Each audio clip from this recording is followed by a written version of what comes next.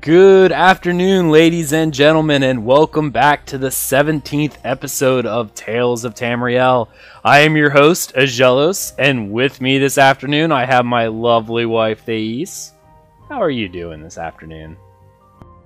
I'm good. I'm good. It's it's kind of chilly, but it's a good day, and I'm pumped. So I'm good. How about you? How are you?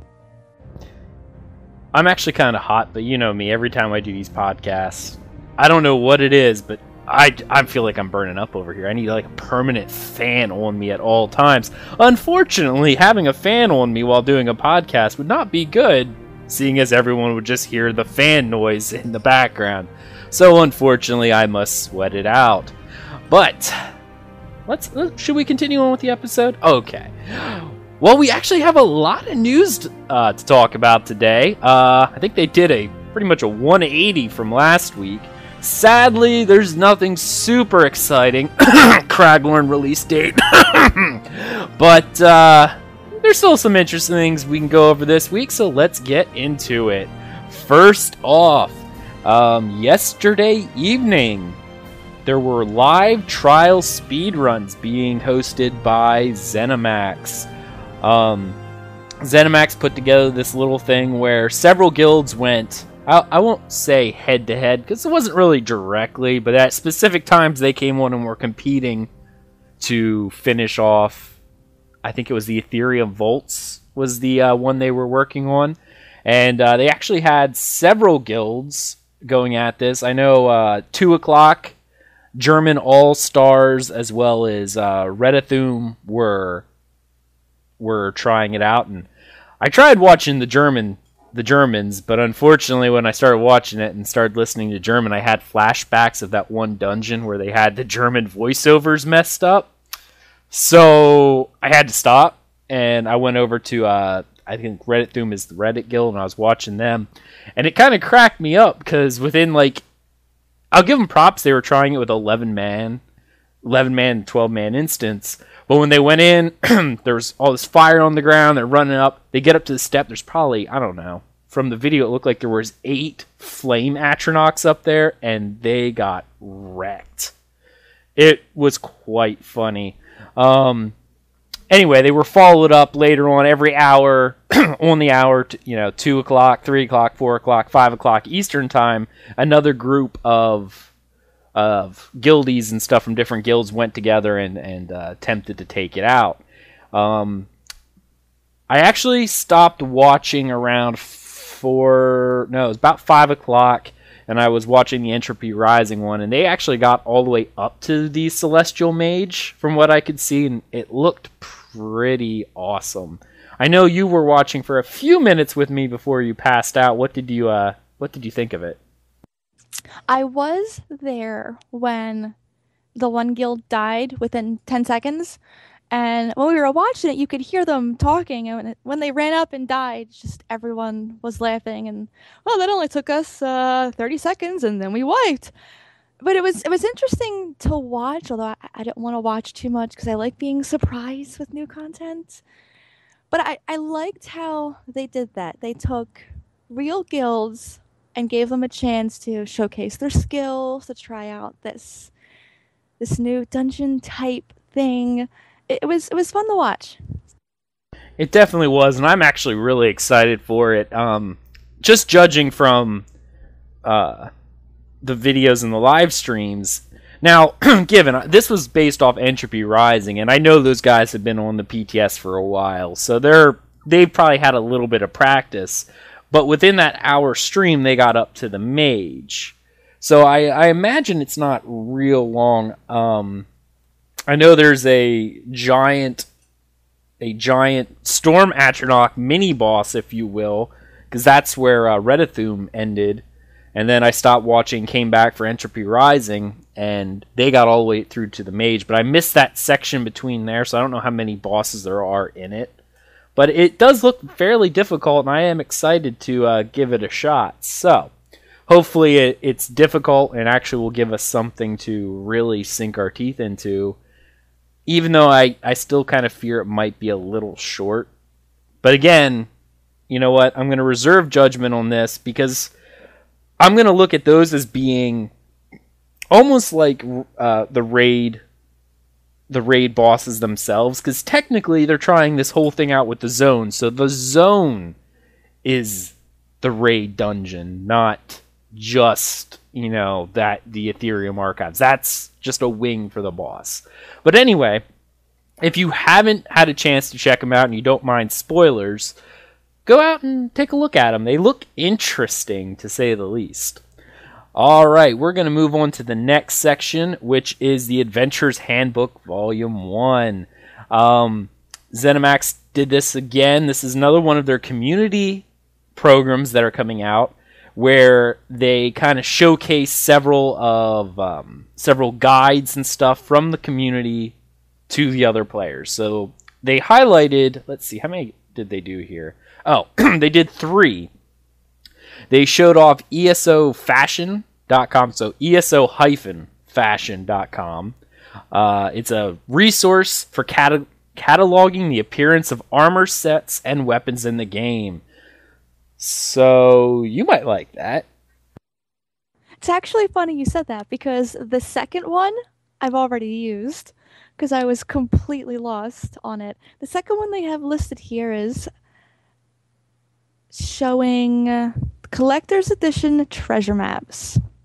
And it's a guide giving you the map and its corresponding location.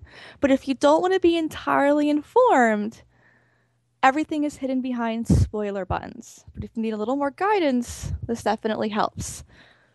And I think that's from the Dolphy sites, that they do a whole bunch of different fan site, or it's a fan site for a whole bunch of player guides. I think I used it a lot for Guild Wars 2 when we were playing that, because every time that there was a holiday event, they highlighted everything that you had to do and everything like that. So I used that.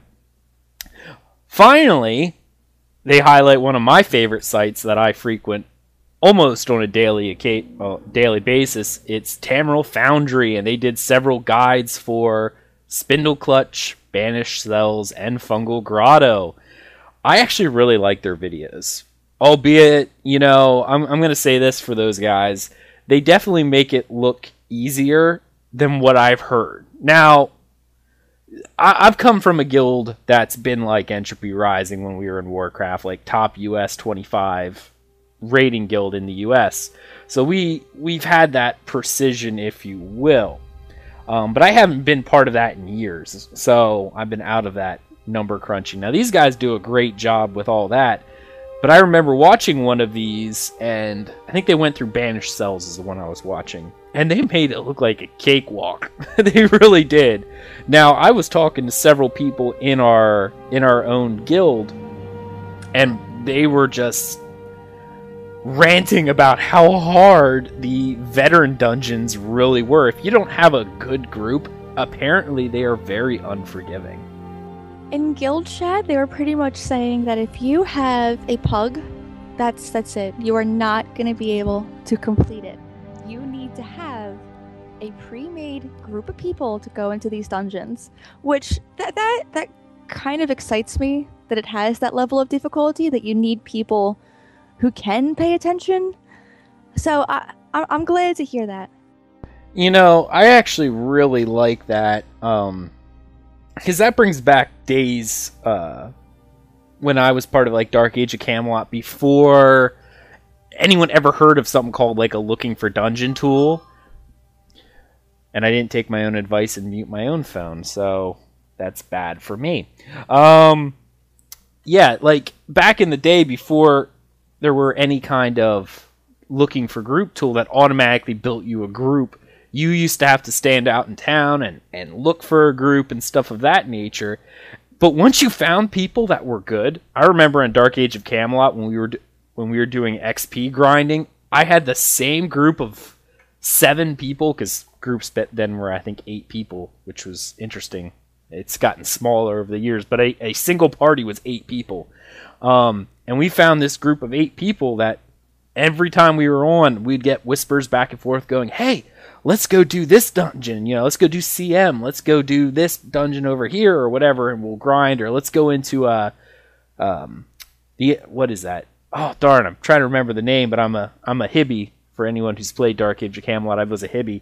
So there was a special dungeon place or a open world area that was all designed to be an elite zone, and we'd all go out there and farm the nightmares for experience. But yeah, it was always the same 7 people, and we got to be really good friends. I'm actually still friends with, I think, 2 of them now.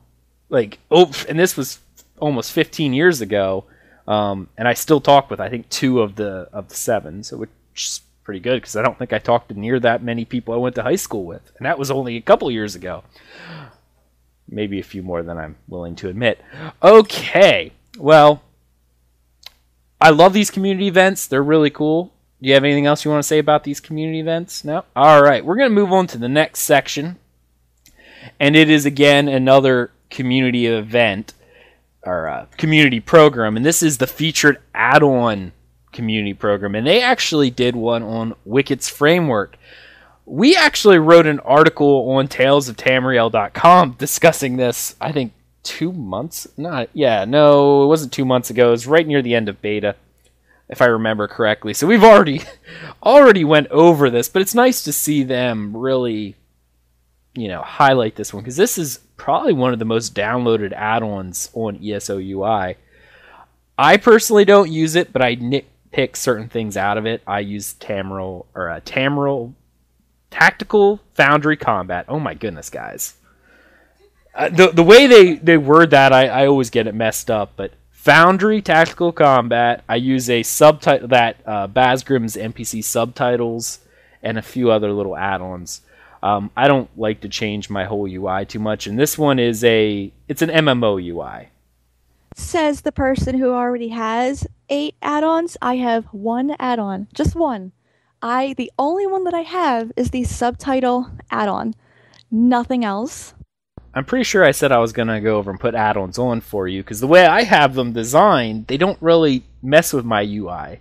Like, my research timers only show up when I'm in a menu. Yeah, no, I don't mess with my stuff too often. I like to keep it.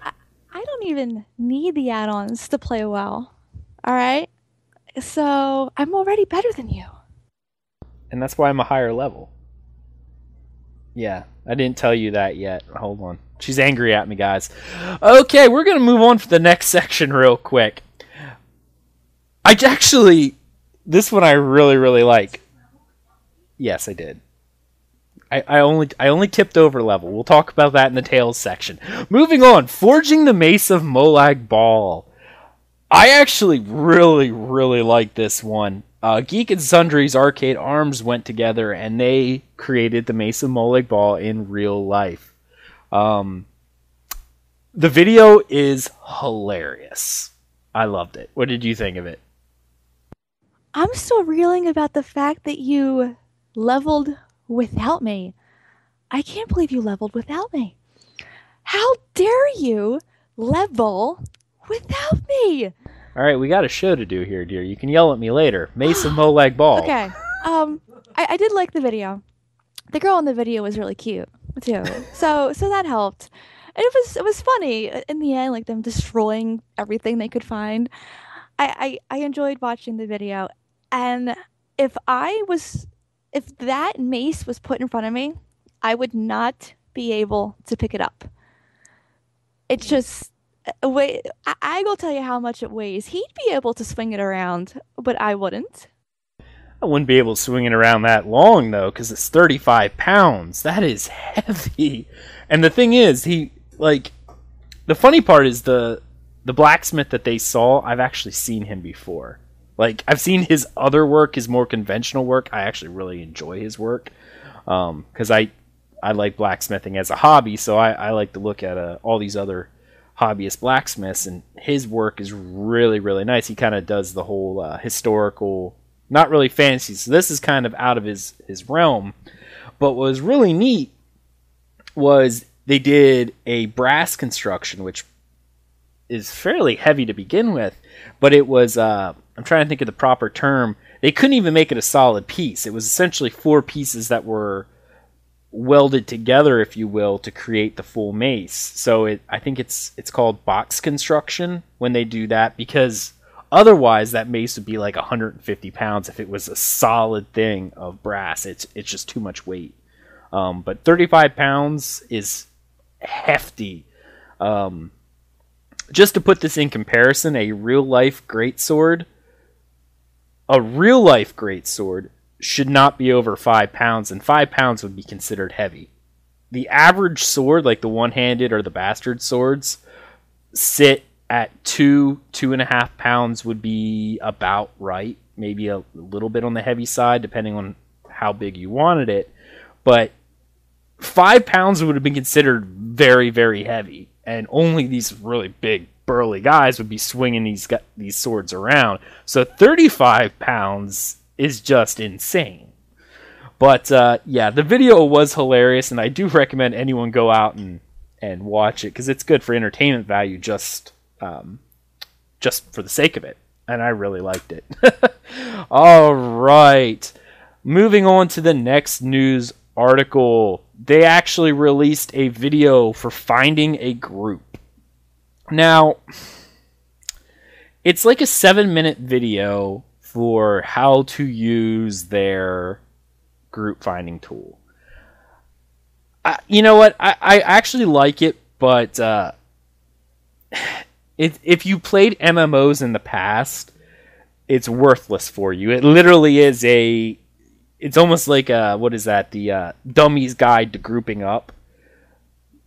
But for part of the audience that's never grouped up before, because they've only ever played single player Elder Scrolls games, it probably would be helpful. But if you played MMOs before ever, any kind of grouping game really, even like Diablo 2, Diablo 3, you probably won't need it. What do you think? I could see no need for anybody who's ever played an MMO to actually need to watch this video. But I mean, hey, if you like extra instruction, then go right ahead and look it up, you know?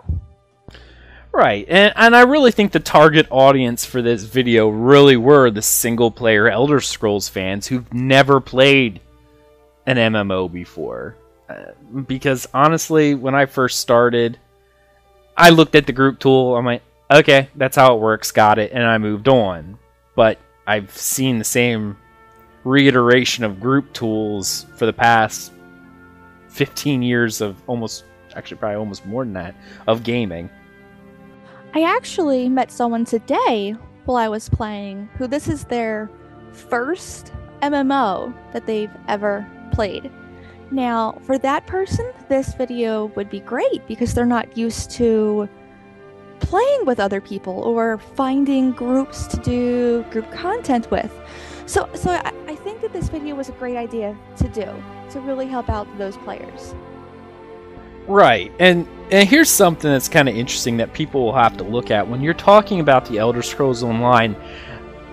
As much as some people say this isn't, I guess, genre changing, it kind of is, because a lot of the people who are playing this are fans of the Elder Scrolls universe, and for the past 20 years, it's always been single player. So, I mean, you're probably going to see a lot of these things that most MMO players will take for granted, going, yeah, you don't have to tell us, you know, the yeah, I get it moment. But you got to remember, guys, especially MMO players like myself, Thais, while we've had years, decades almost, of experience playing MMOs, there are a lot of people who are just getting into it. And you know what's actually really surprising is the MMO market is growing very rapidly. Hence the huge amount of games being released almost constantly. There's always a new MMO coming out. 10 years ago, that was not the case. An MMO was released and nothing was released again because it was a very niche market. I mean, Dark Age of Camelot, one of my favorite games of all time, I think at its max had less than 300,000 players on it. Nowadays, people would say that's a failing MMO. Back in the day, that was amazing. There were like 30 servers. It was crazy. But technology changes, of course, and you know, of course, Warcraft, you I'll say I love Warcraft for what it did. It really opened up the MMO genre to a larger audience. Unfortunately, with that larger audience, you don't get as cool of people. I'm going to say it right now. It's very true. A lot of people I played MMOs with decades ago, I still play MMOs with, we're still friends because we built a friendship that would lasted a long time. Modern MMOs are very much, they cater to the pick up, play, and let go type of gamer, where they're not around long enough to build a relationship with, of any kind. I mean, let's face it now. Since Elder Scrolls Online has passed over that free month thing, I'm sure the subscription numbers have dropped off from the pick up and go players, so now I'm liking it more because the people who are sticking around are the people who actually like Elder Scrolls. But every time an MMO releases, there's always a huge drop off in the player base after the first month because of those pick up and let go gamers that pick it up, play it to death, or barely play it at all, say it sucks or whatever. It happens in every game, happened in Warcraft, happened everywhere. And then they leave and go off somewhere else. Content locust. Now it's the people who really enjoy the game and want to play it, and it's really cool. Okay, that was a rabbit trail just talking about grouping tools, but it happens, and everyone who listens to our show probably understands these little rabbit trails. We're going to move off to the next section of the news. Patch 1.08 was released. And with this patch, I'm going to read the overview. The Elder Scrolls Online version 1.08 contains fixes to quest issues and blockers in addition to fixes for the Mac client. So I'm going to go over the patch notes up until the quest stuff. I'm not going to read the quest stuff. If you want to read the quest stuff, you can find it on the official forums. You can find it on TSO Elite. They always put up write-ups of this. And a bunch of other fan sites will put up the notes. So if you're looking, if a quest has been giving you issues, go out and look and see if you can find it. But there's been 3 interesting notes here. Combat and gameplay, werewolf. Fixed an issue where werewolves could use Devour on the same corpse multiple times. If I remember correctly, the werewolf Devour skill was what they used to level up. I could be wrong, I'm not a werewolf.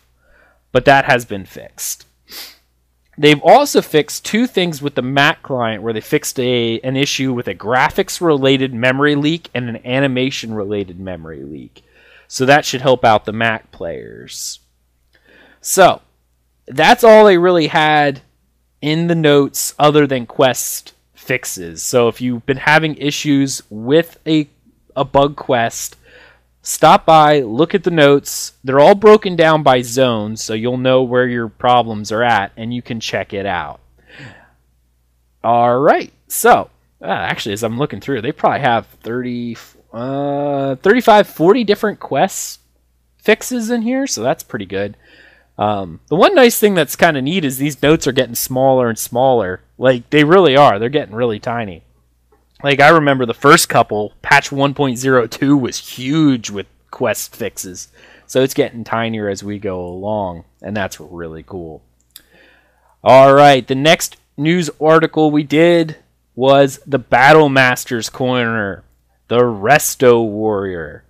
Now, all I'm going to say is, this is exactly how I play.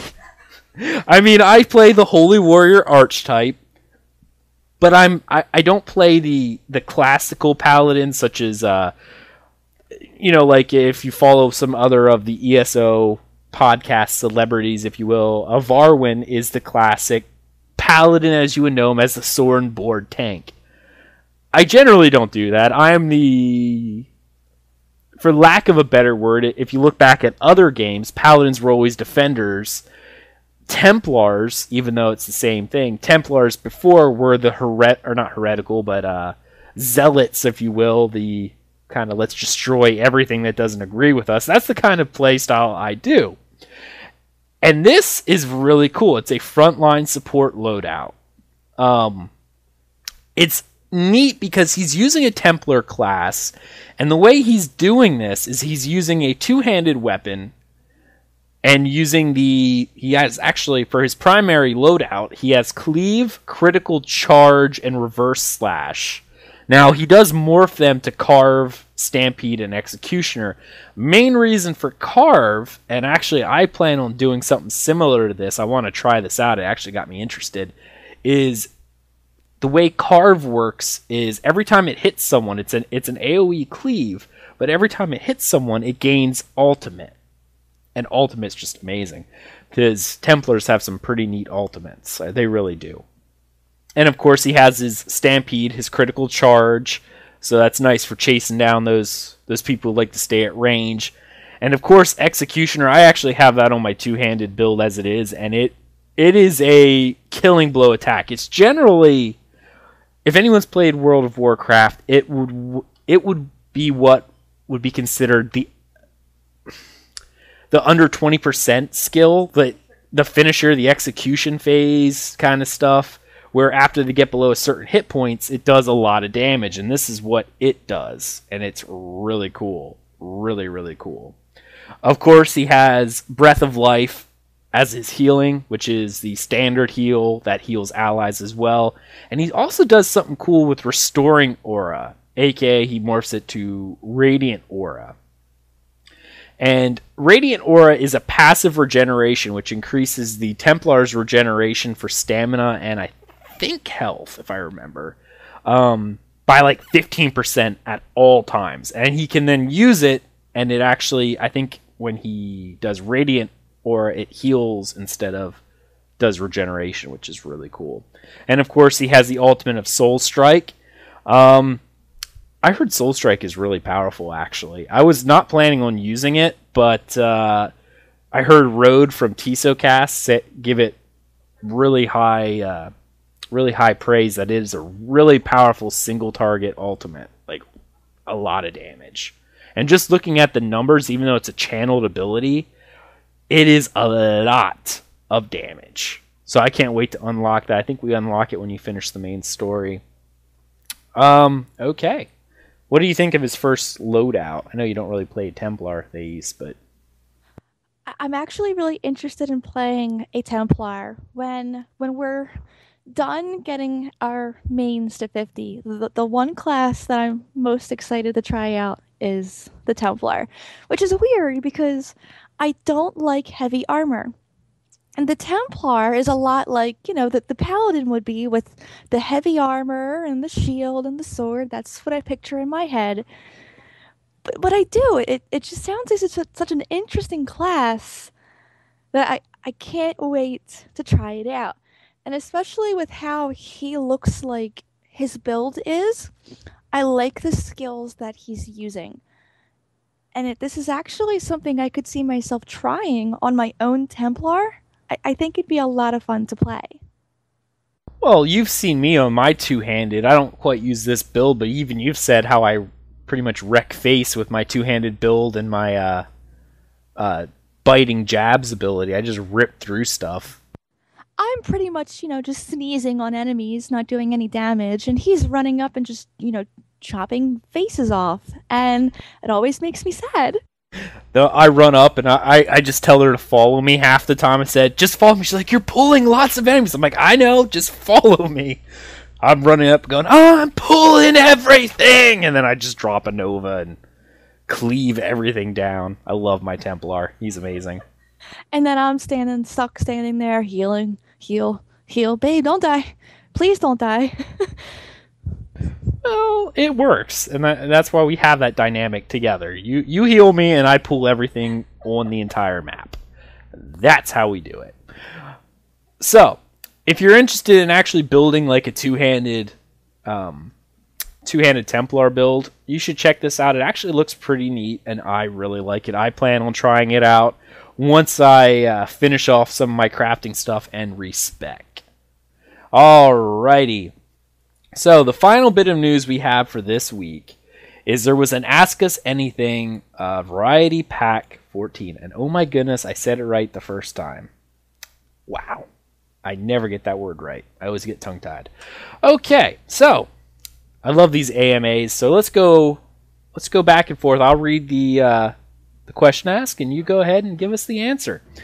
First off, I don't start working until 1 p.m., and I like to play some games before I leave at noon. Why is the NA server down for maintenance every morning? Our regular maintenance windows for the North American mega servers are now Monday mornings at 8 a.m. and Thursday mornings at 8 a.m. The duration of these maintenances varies based on the maintenance being performed. Outside of these windows, we do not perform maintenance unless it is absolutely necessary to ensure a stable play experience for all of our customers. Most maintenance periods will last for no more than a few hours. During these times, we deploy patches, server optimizations, database updates, hardware upgrades, and perform other routines that keep ESO running smoothly. We've adjusted our regular maintenance times to impact the fewest players possible based on time zone, player population, and regions of the world served by that mega server. Alright, I'm going to say something right here.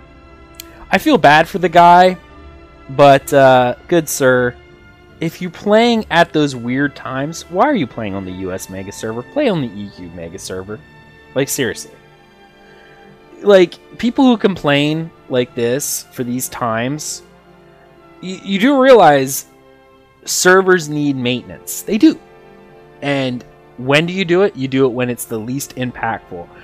And I'm sorry, the guy who does this, and I feel for you, I really do, because nothing sucks worse than, you know, wanting to log on and the server being down.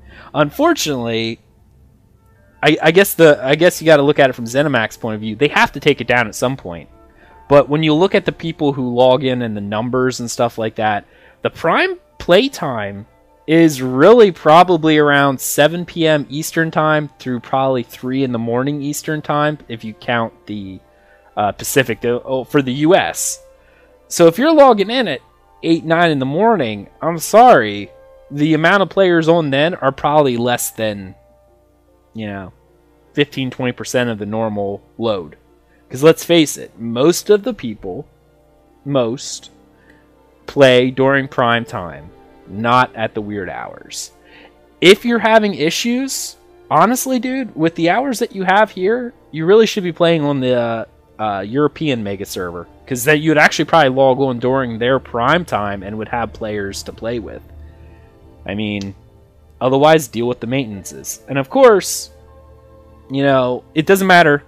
Like, you can't really say, hey, it's Zenimax this. Go play Warcraft every Tuesday, down for a couple hours.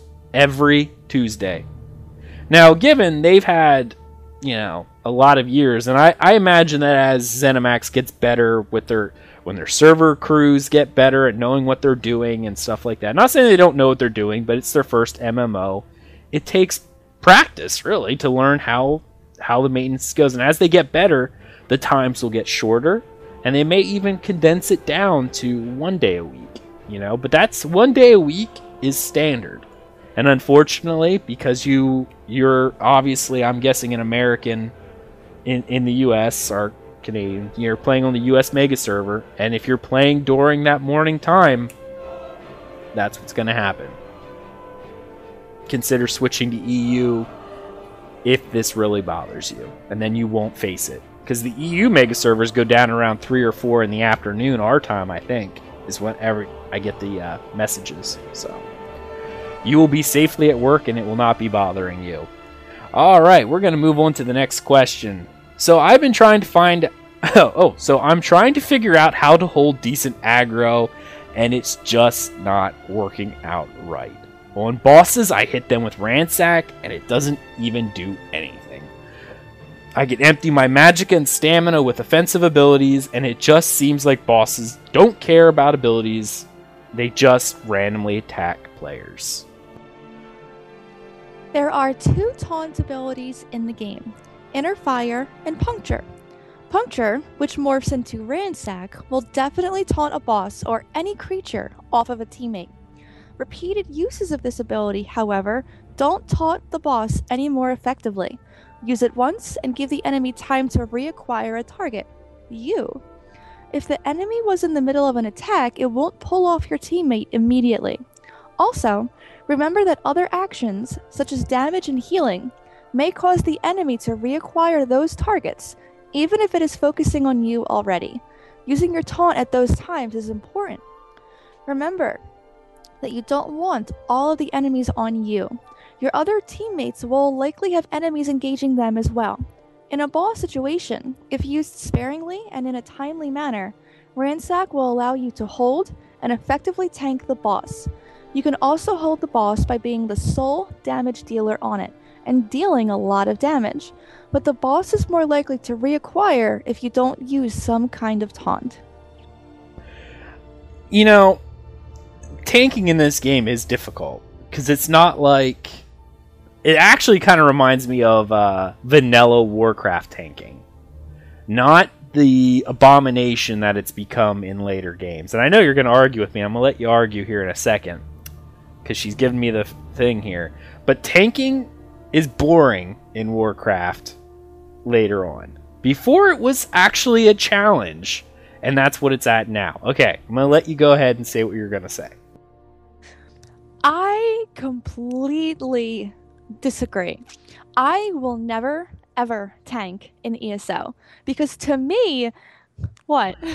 So, you want me to cancel that order for the sword and shield you wanted me to build, right? Because you told me you wanted it, and you wanted to try tanking. No? Now I can't tank ever.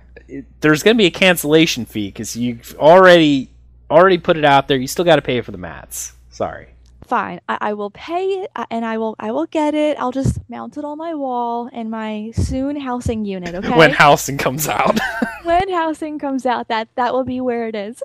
But I will never tank in ESO, because to me, this tanking is an abomination.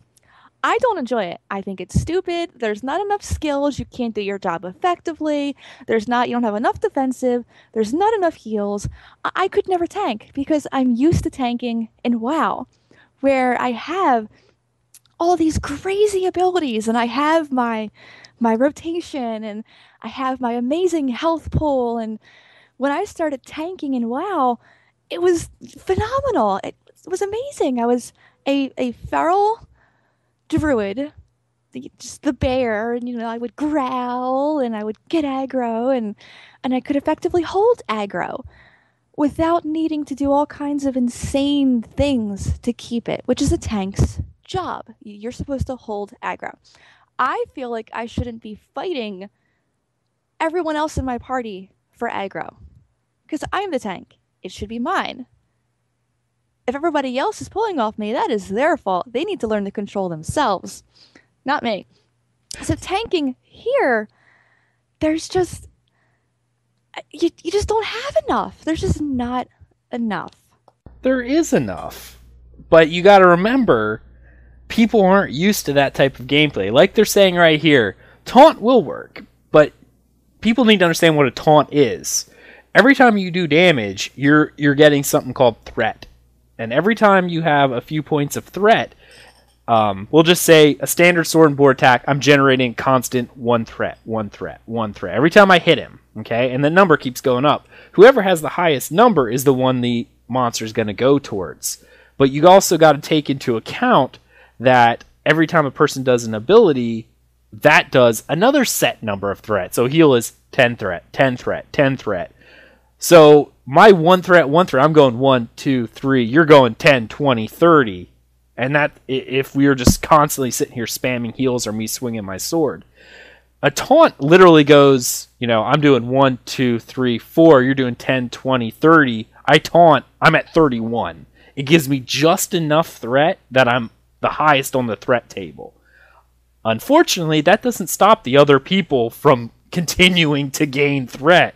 And that's where tanking, while it is important, and I like the type of tanking here because it does require you to fight for aggro, because that is your job. You're supposed to hold it.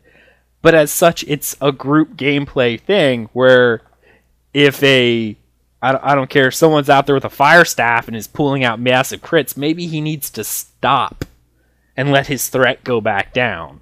You can't just go all, balls to the wall damage and hope that the tank can hold it, because it's not, no matter how much he tries, he can generate threat at a very steady rate and then has an emergency, the taunt, to, you know, throw himself on top, damage dealers and healers have more erratic. So while if you look at it in terms of, I'm going to pull out some math here, if this were a bar chart, you know, or not bar chart, but a graph, you'll see the graph for a tank be a very steady curve upward, whereas threat for DPS and healers is more stagnant. It's shoot up, down, shoot up, down, shoot up. It's very more, it's erratic.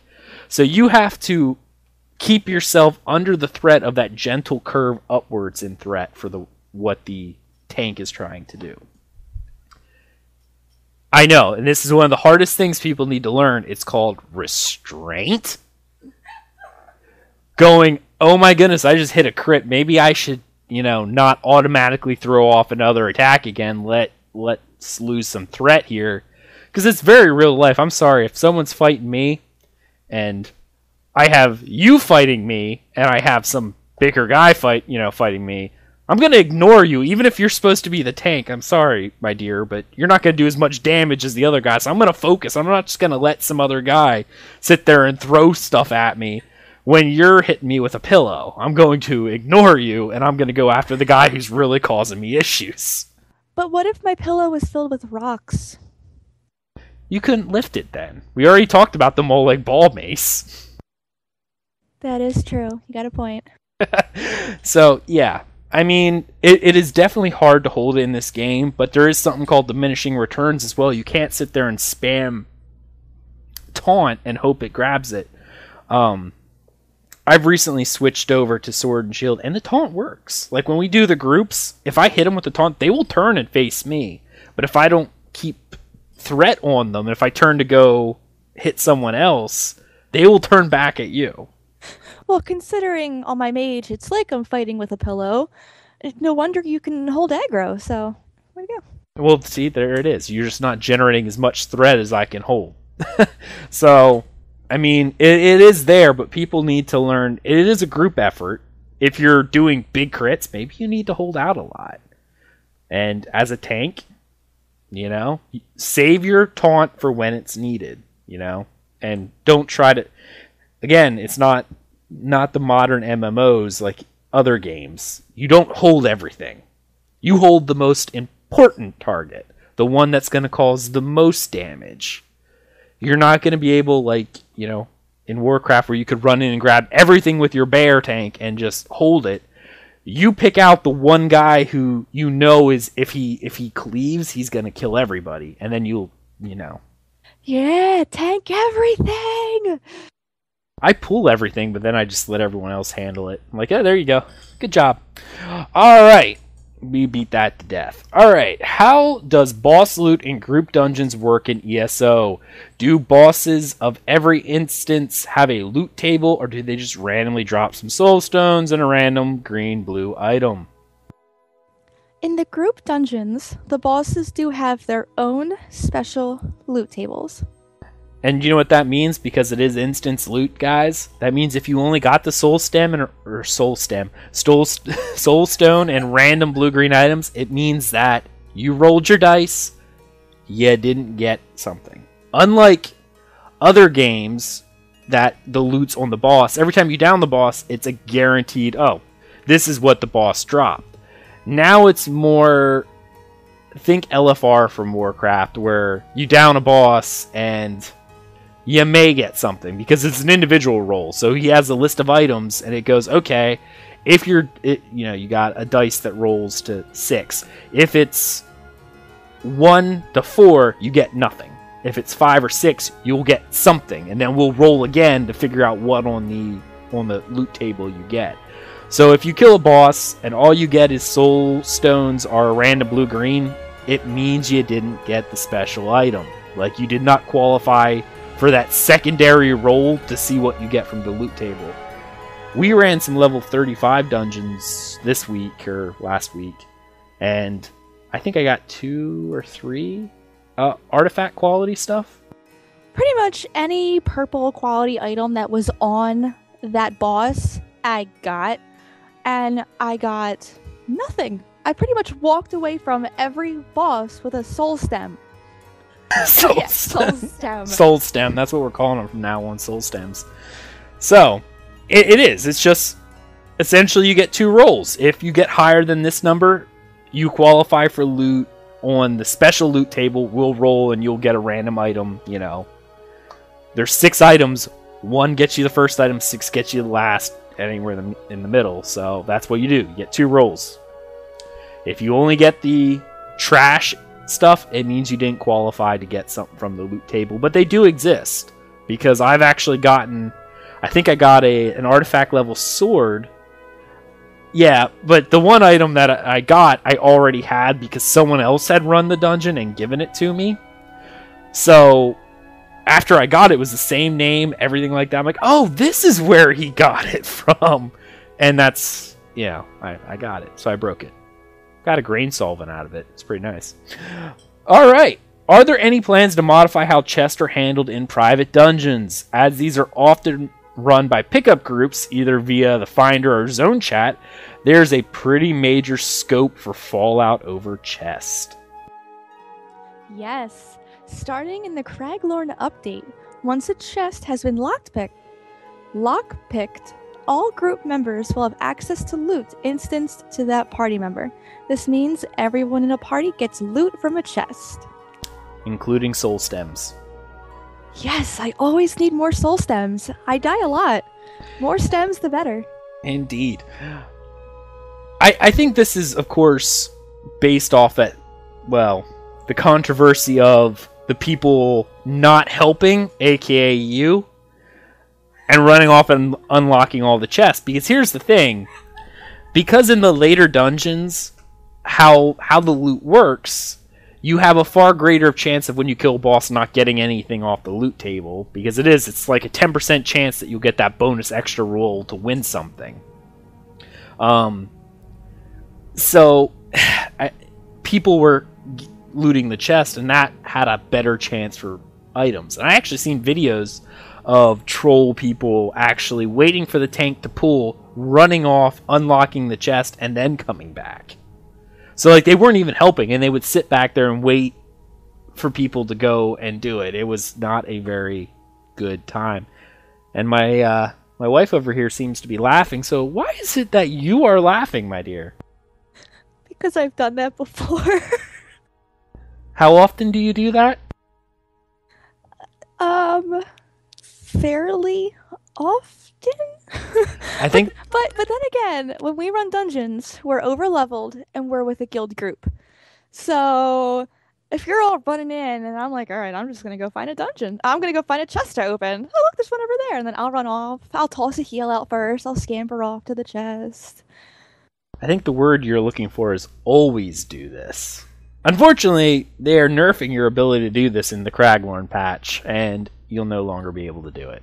And that makes me so sad, because you already get all the loot off the bosses. The other people that we always run with, those 2 other people, they always seem to get loot. I am the only one that never gets loot from a boss. So if they take them chests away, I'm going to get nothing. Nothing. Well, they'll all have soul stems. As long as I get them soul stems, then I'll be happy. Alright. Yes. Moving on to the next question. Right now, bots are farming public dungeon bosses and ninja porting to gather nodes. Where are you on this issue? We currently find bots that are farming and remove them from the game as quickly as possible. We're always looking at other methods to discourage and reduce the amount of botting. However, the issue is tricky because we don't want to hurt normal players by changing the gameplay or implementing draconian measures. So the methods we use have to be well considered and involve many people. You know, as much as I hate botters, there's a couple things that are good about this game. First off, if you play an MMO, you're used to it. Guild Wars 2 was terrible with botters when it first came out. They were everywhere. Whether or not they're still there, I'm not really sure. I think they kind of got flushed out. Now, I'm sure they're still there. Warcraft has been out for 10 years now, almost 10 years. Coming up on 10 years, there are still botters in that game. And there will be, because people learn how to get around the system, and they will. I think once Zenimax gets a handle on how to get rid of the majority, which they will, they'll find out what they're using to, really do a lot of their botting, and they'll cut those things out, chop it off at the knees, and then the hackers and stuff will have to find, and botters will have to find other methods, and that will eventually lower the amount of botters that we have. But will they ever go away? No, they won't. But you can already see a marked decrease in the botters. There's a lot of times I'd be reaching for a node and it would just disappear right as I'm mid-grasp because some invisible botter is somewhere doing what he needs to do. But even that alone has decreased significantly. And with the public dungeons, since they changed how that looting works, there's practically none in the public dungeons.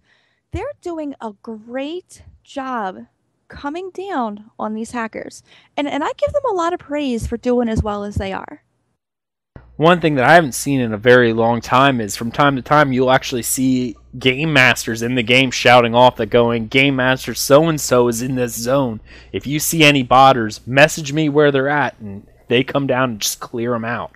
Like instant banhammer them right there. And it's really cool. I haven't seen that in a long time. I don't think I've seen that since BC and Warcraft. Like that was the last time I saw an actual GM in the game was in BC Warcraft. The last time I saw an actual GM in the game was Maple Story about 2 years ago or so, coming down on hackers. If anyone heard the game that I actually just said, because I'm not going to say it again, I'm a gigantic nerd. But yeah. Just so you know, in editing, I'm going to turn that up so everyone can hear it. So I'm going to turn the decibels up really loud when you mumbled that so everyone can hear what you just said. Please don't do that to me. But yes, I remember a time when game masters were very frequent in games, but not so much anymore. Right. Well, it's definitely they've definitely made a huge cut in at least the visible ones. I still think the flying ones, like the speed porters and stuff like that, are still around. Thankfully, they're not as noticeable. And as I was saying earlier, the one nice thing about this game is without a public auction house, which is awesome, you have to hawk your wares or use a guild store. So that significantly lowers the amount of money in the game. It's kind of like with the duplicating bug they had a few weeks ago. In Warcraft, that would have destroyed the economy. There would have been people with millions of gold already because there was a centralized global auction house. There's not here, so it's harder. I could sit there with 30,000 tempering alloys, okay? And right now on where we're at, I see them going for around 2 to 3K. Unless I was sitting there in town trying to hawk them out, going, selling this, you can't just throw them up on an auction house and be invisible. You have to be there and do that. Unfortunately, with a lot of these, I'm going to say it, Chinese botters, because we all know that's who's doing it. I think the name they have alone would make people flag them as botters. Plus, probably the bad English, such as wanting to buy for you. Just like bad English would everyone go, I think they're a botter, and would report them. So they don't generally do that because, let's face it, the less time they spend farming, they're not making money. So it's inefficient for them to have to sit there and hawk their wares. That's not something they will do because that's wasted gold to them in reality. All right, moving on. What's your purpose in making guild stores for guild members only? Why not make them for everyone? You know what? Pretty much what I just said there, good person. But the actual answer is, our goal is to make the economy more player-based, but not to have a system that allows you to find anything at any time, because there are so many players involved on a mega server. With extremely large communities, low percentage drops can become highly available in auction houses. It ends up harming the gear chase portion of the game. I'm going to say this, and while I know you'll probably disagree for one point, but you'll have to also agree with me on this. Guild Wars 2 had the global auction house across all servers, okay? And that economy was terrible.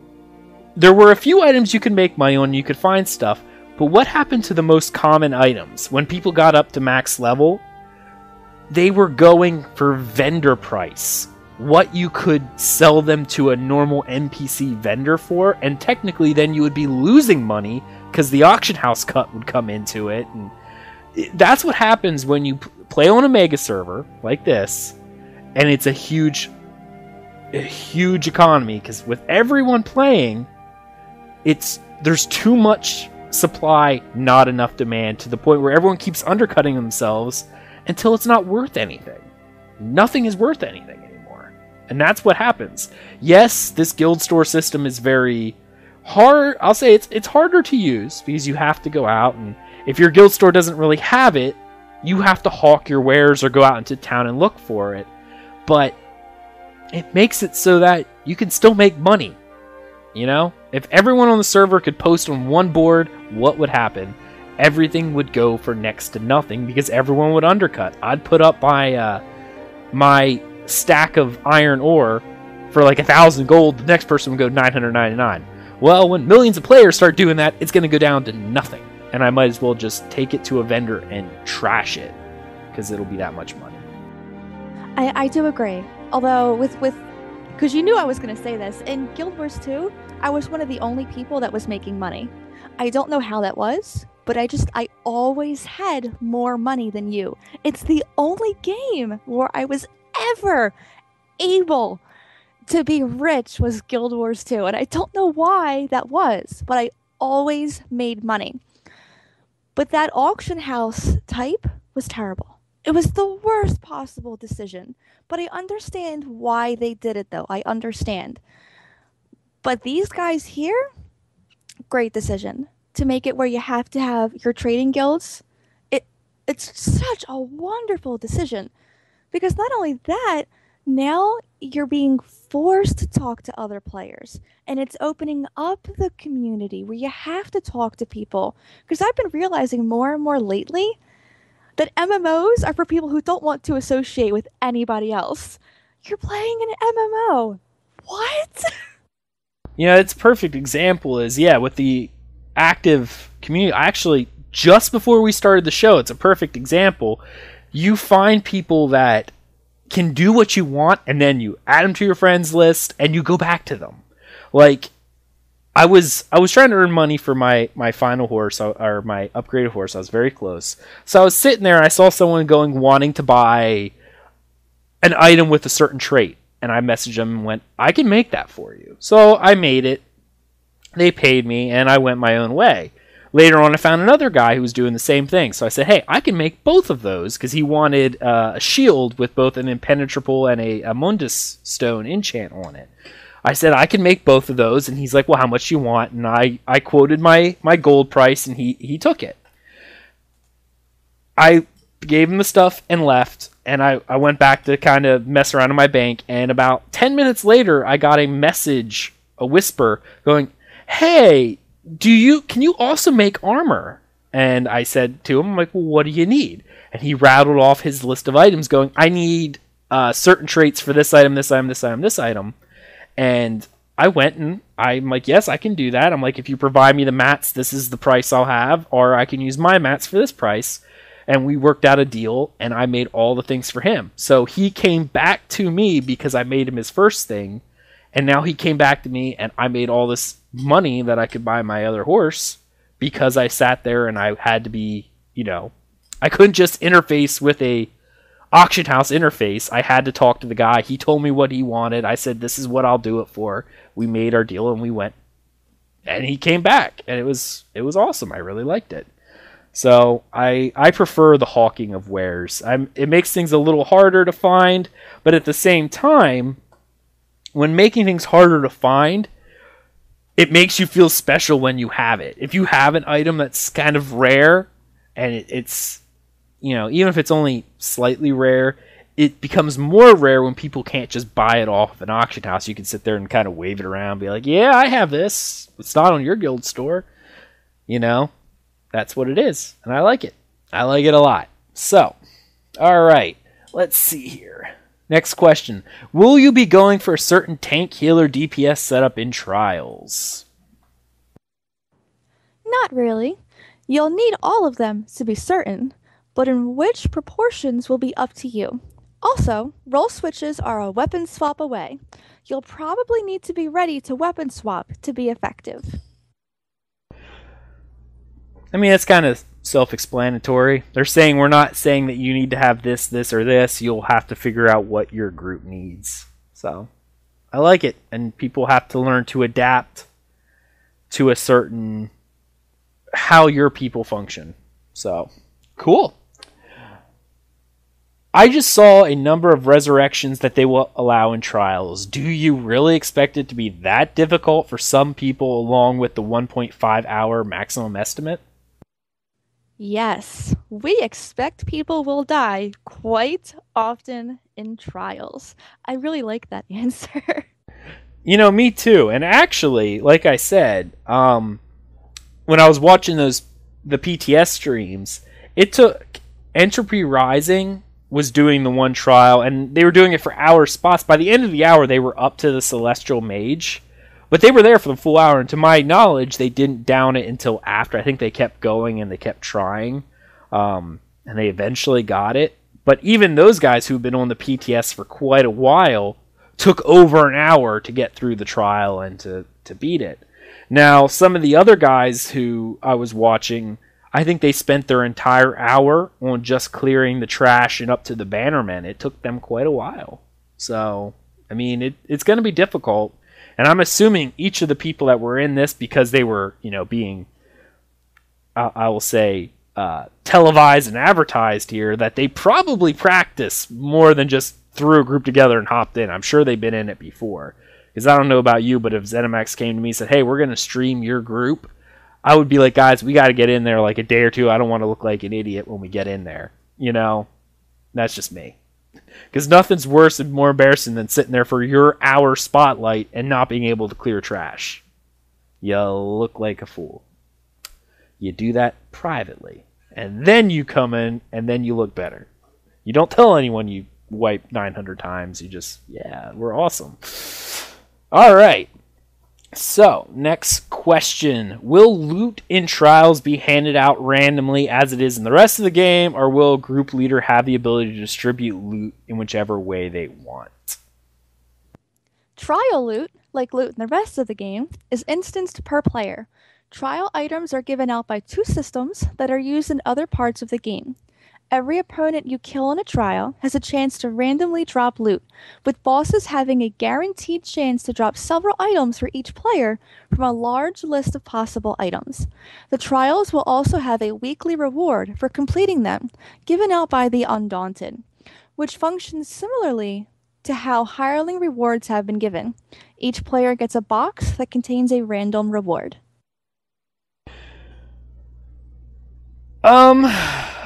I know some people aren't going to like this, especially the guilds that do DKP and stuff like that. It's worthless in this game. So I know some of the higher level guilds, like I think they're going to have a hard time attracting those type of players. Depends how difficult it really is. But I don't know. Like, because I know a lot of the higher end raiding guilds in other games are DKP related. Like, they have a loot master who does all of that. But that shouldn't be a problem, though, because having that system, because we had a loot council for our guild when we did WoW, it added a lot more stress trying to decide who was going to get what, why they were going to get it. In this type of system, it relieves all that stress. You no longer have to worry, did Joe Schmo get the loot that he deserved because he just died 6 times in a row? Whereas this player's only been here for 2 weeks, just whooped butt. But do they really deserve a reward because they haven't been here that long? So this this I think is the perfect way to give out loot. It goes with the rest of the game. It's great. I like it. I like it too. I just think some of the hardcore raid guilds won't like it. They like that sense of control where they can gear out their best players, if you will, and move towards progression that way. But again, with this game, technically you can have the best gear just by crafting it. So, I mean, I'm sure if any of the big guilds that do, like sponsored raiding and stuff come to this game for, if the trials are that difficult and it, there's a reason to do it, kind of like Warcraft has its raiding scene. If they can build up that scene, they may come anyway, but I have a feeling they'll have dedicated crafters where they'll walk in with max level gear and do the stuff. So I don't think they'll care as much. Okay, so that is it for news this week, and the end of that Ask Us Anything. We're going to move on to our next section, which is our Tales of Tamriel section, where we get to regale you guys with the tales of our adventures. Spoiler alert. Okay, yes, of course, I'll do the spoiler. If you at all do not want to be spoiled for the storyline, we try to keep all spoilers to a minimum, but just given the nature of how we talk about stuff, certain storyline themes will be given away. If you wish to skip this section, we do have a timestamp table at the bottom of the podcast description that you can go ahead and skip to the next section, which will be our dramatic reading. So if you want to skip and don't want to see any spoilers, please do so now. Okay, so we were beginning our tales again where we left off last week. We were adventuring throughout Eastmarch, and I do believe we ended last week with an assault at Fort Amal, and King Yoren was poisoned by assassins. So we needed to enlist the aid of the Terion Monks and the Dreamwalker. So Thais, I know when we went through Fort Amal, when we came to Fort Amal, they were having a high council there. That's essentially what it was. They were trying to figure out what to do about Filgar Orcthane and all the trouble he's been causing throughout Eastmarch. One of the things we did was we were adventuring around a little bit, and if you know our play, I'm kind of systematic in the way we play, but we kind of finished part of the quest a little early. Not really early, but we found someone which would have led into it because we were doing some book hunting earlier that week. And we came and we found a village taken over by trolls. It was kind of neat. It was Darkwater Crossing. And it's kind of neat to see it because you can find Darkwater Crossing in Elder Scrolls V Skyrim. It is not near as nice as it is there. Well, you know what? I should take that back because it was kind of on fire and covered by trolls. So I don't know about you, but trolls kind of bring down the property value a little bit. I mean, if I came to buy my house where I live now and they're like, yeah, it's a nice house, you got this, this, this, and this. Oh, but there's possible trolls in your backyard. That's going to lower the price. I'm just going to say it because they're hard to kill. So we were there, and we were fighting off all these trolls, and they were actually giving us pretty good loot. I know we were farming them for a little while because they were dropping their fell hide, which sold for like 9 gold apiece. And they were dropping soul stems. Soul stems, yep. Lots of soul stems. I think that was on a little rarer side, but we were also getting, I think, fell hide as well. Yeah. And we were both working on clothing, and so, you know what? I totally forgot to talk about our characters again in the beginning. So we're going to do that at the end again. But I should have done... You got to remind me these things. No? Okay. I'm lucky if I can remind myself to breathe every few seconds. Because I just... Yeah, my brain's never there. I'm often in La La Land somewhere. Huh. Anyway, talking about La La Land. So we went and found this cave where all these Argonians were hiding, and one of them has the title of Dreamwalker. Why don't you tell us a little bit about what he does? He was really, really awesome because, okay, his title was the Dreamwalker. And he had the ability, by using some special magics, he had the ability to go into a person's mind, into their dreams, and to pretty much sort out whatever is going on in their minds. If they're sick or troubled, anything of that nature, he has the ability to go in and sort of unweave everything going wrong inside that person's mind. And he had said that he had been doing this for a while, and he was really cool, and I really liked him. We're going to do a little bit of a lore break here. So I'm calling it a lore break, kind of like a dragon break, but a lore break. The thing that he's doing, and you actually get to experience this in a quest in Skyrim, it's something called the Dream Stride. Now, the Dream Stride was done by the priest of Vermina, the Daedric prince of nightmares and dreams. Now, the priest of Vermina had this special power that they could actually go into the dreams of sleeping individuals.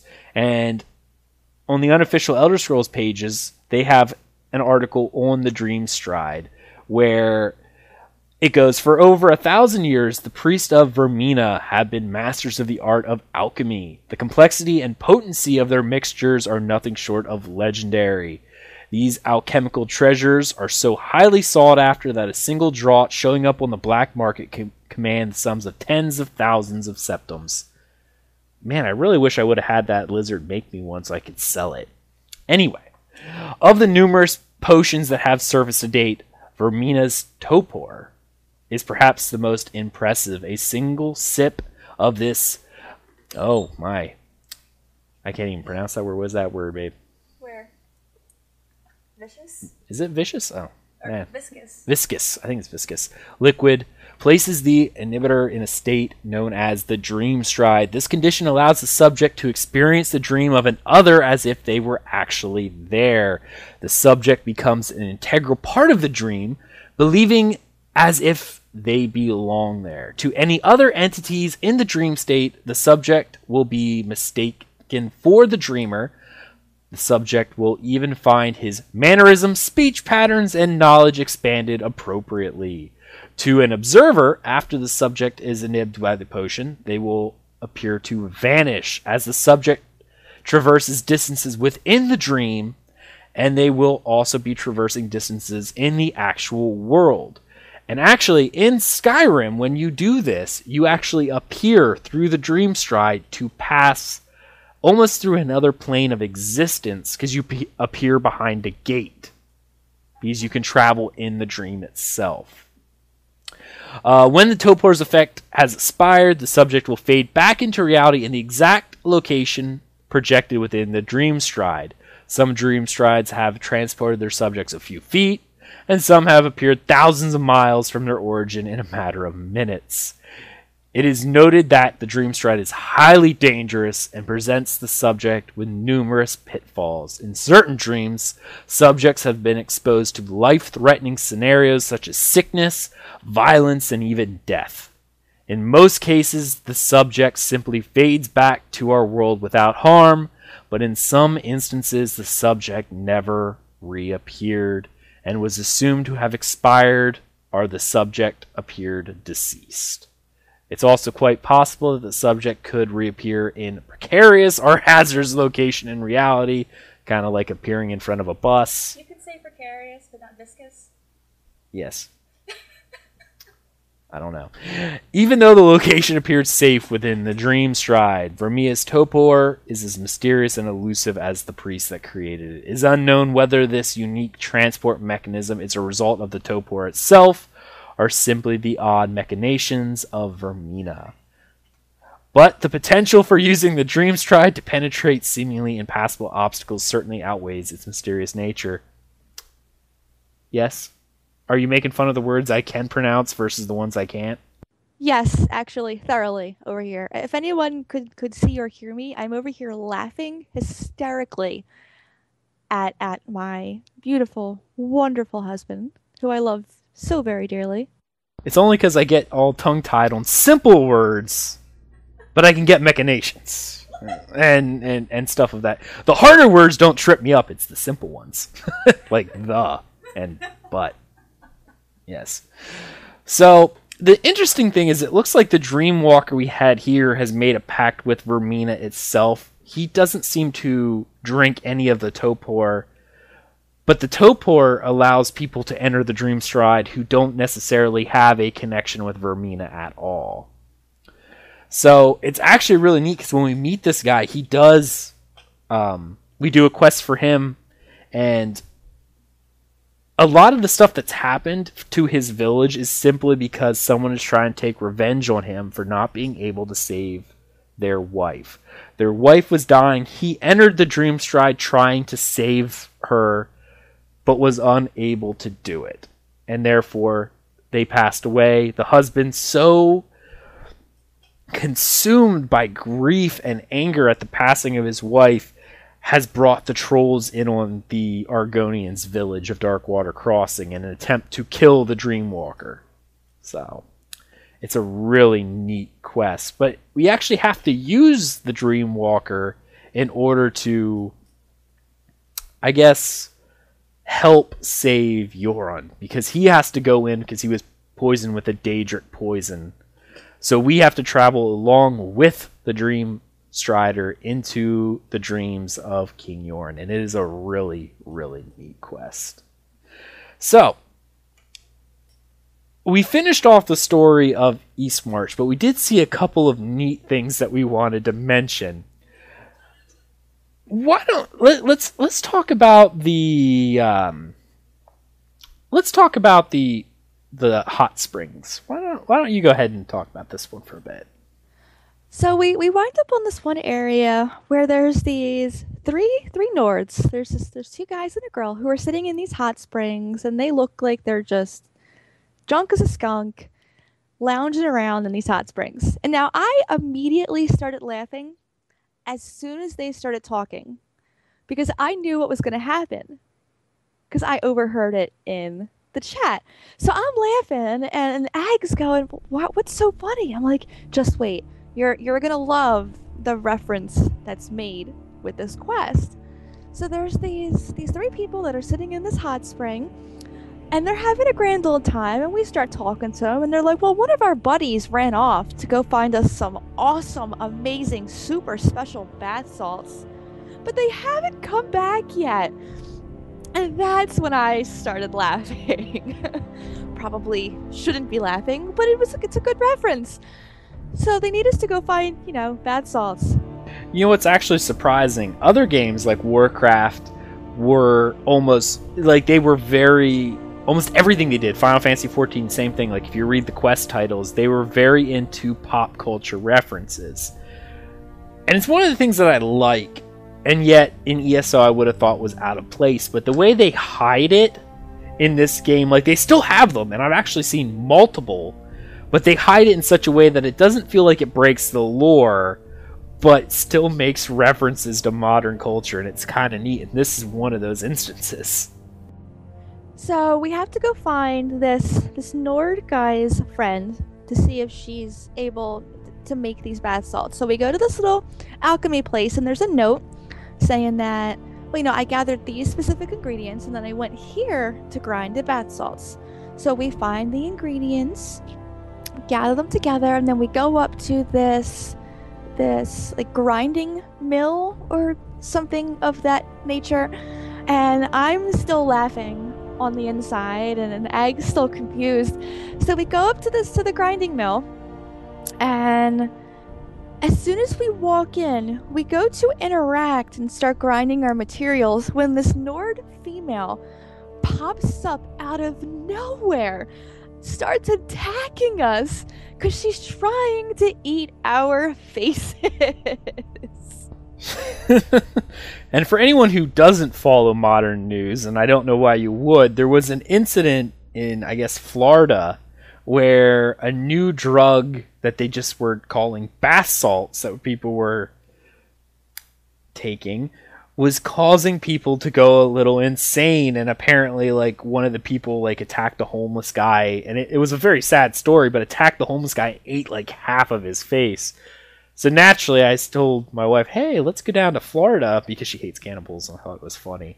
But yeah, that really was an incident where people were taking this very dangerous drug that was causing them to literally go insane, and they were attacking and eating people, and this happened a couple times. It wasn't just one guy. It happened 3 or 4 times, I think.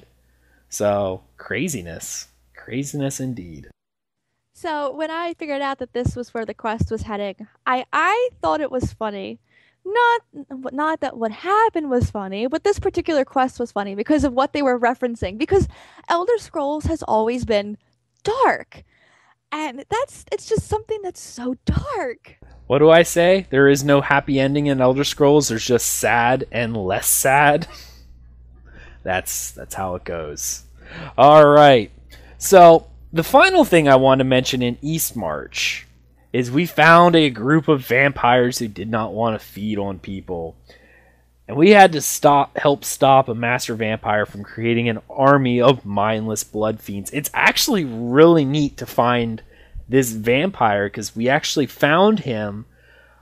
We see, as we enter these hot springs, we find a lady running up to us screaming for help. So we talk to her, and she's like, I need help. I need help. Those blood fiends are after me. You got to go help my friend. And I mean, this lady, you wouldn't want her to be your friend. Just saying. So you're like, why? What happened to your friend? She's like, I had to do it. I had to push her over. It was the only way that I could escape. So she literally pushed her friend over so her friend would fall and become the slower target for the mindless blood fiend vampires. If you don't know what the blood fiends are, the blood fiend vampires are almost equivalent to ghouls. They're vampires that Yeah. are consumed by blood. That's ghouls. They're vampires who are consumed by the bloodlust to the point where they've lost all sense of self. They have no real mental intelligence. It's all... Honestly, if you've ever seen the movie... what is that movie I really like? It's the Rage Virus.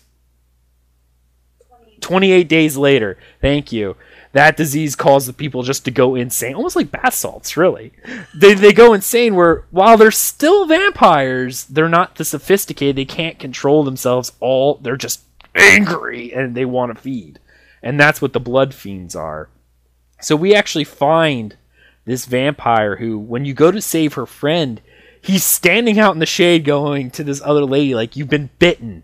You gotta come to me, because once the sun comes up, you're gonna be in a world of pain, and I really don't want to be out here.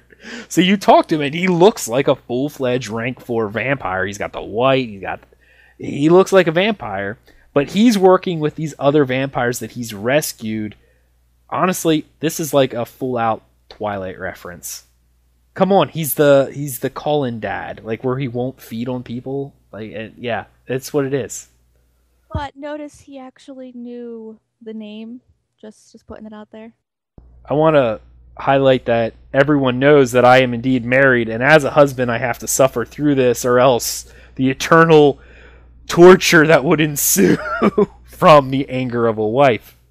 So I have indeed seen these movies. But that's what it is. It's a Twilight reference, because he doesn't want to feed. He's trying to show these vampires a more peaceful way. But as such, we have to go and we have to stop his father, who he is estranged from, because the father is creating these blood fiends to attack and take over all of Eastmarch. So, really cool quest. You're actually given a choice. Now, when you talk to this vampire, he's again trying to get this Argonian to go back to the house. And she is just like, no, I don't think so. Leave me alone. I don't want nothing to do with you. But he's trying to save her.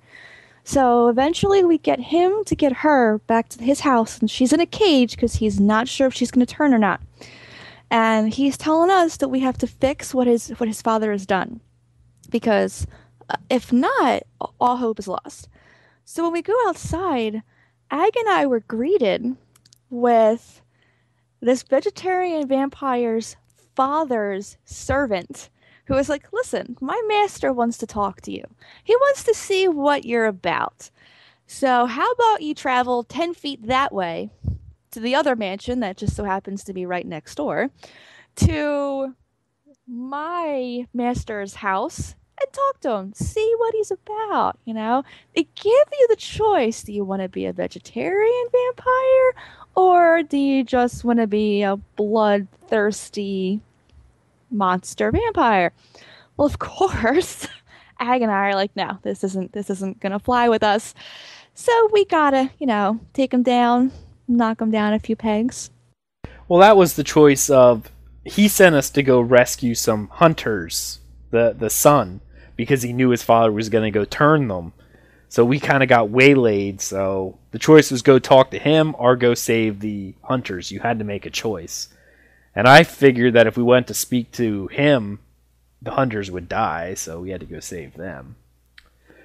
So, needless to say, I would go out and find that quest in Eastmarch and do it. It is a very neat quest. Now, we had finished Eastmarch and went down into one of my favorite zones in Skyrim, which is the Rift. The first place we actually end up visiting is Shor's Stone. And there's an issue happening at Shor's Stone. It is being invaded by the Reachmen. Those wacky, hag-raven-loving men of... that you often encounter in Skyrim around Markarth. So, we actually have to go in there and we have to liberate their mine and figure out what they're trying to be after. But the real story is, that's kind of self-explanatory. You have to save, find out what they're up to. Now, the interesting story doesn't come till a little later. So after you liberate Shor's Stone, you're following the trail of the Reachmen. And on your way across the Vale, you find they tell you that there's more of these Reachmen attacking a sacred grove.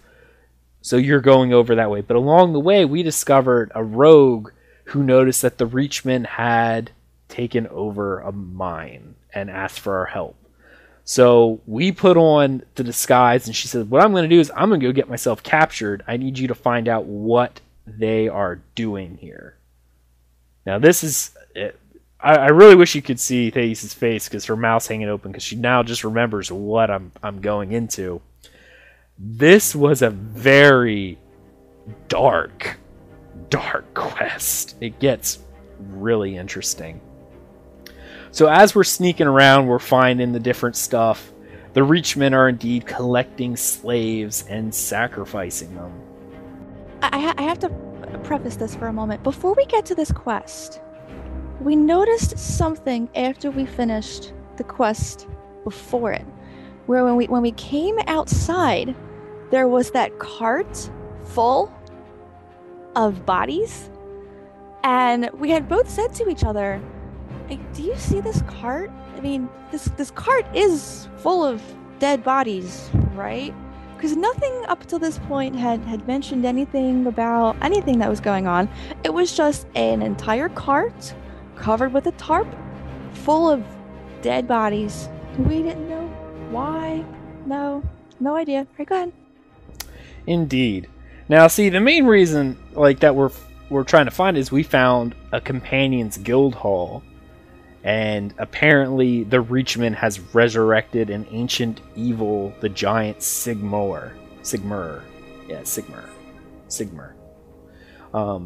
And he is causing havoc across the land. So that's the main story you're trying to follow throughout the Rift. I'll get into that.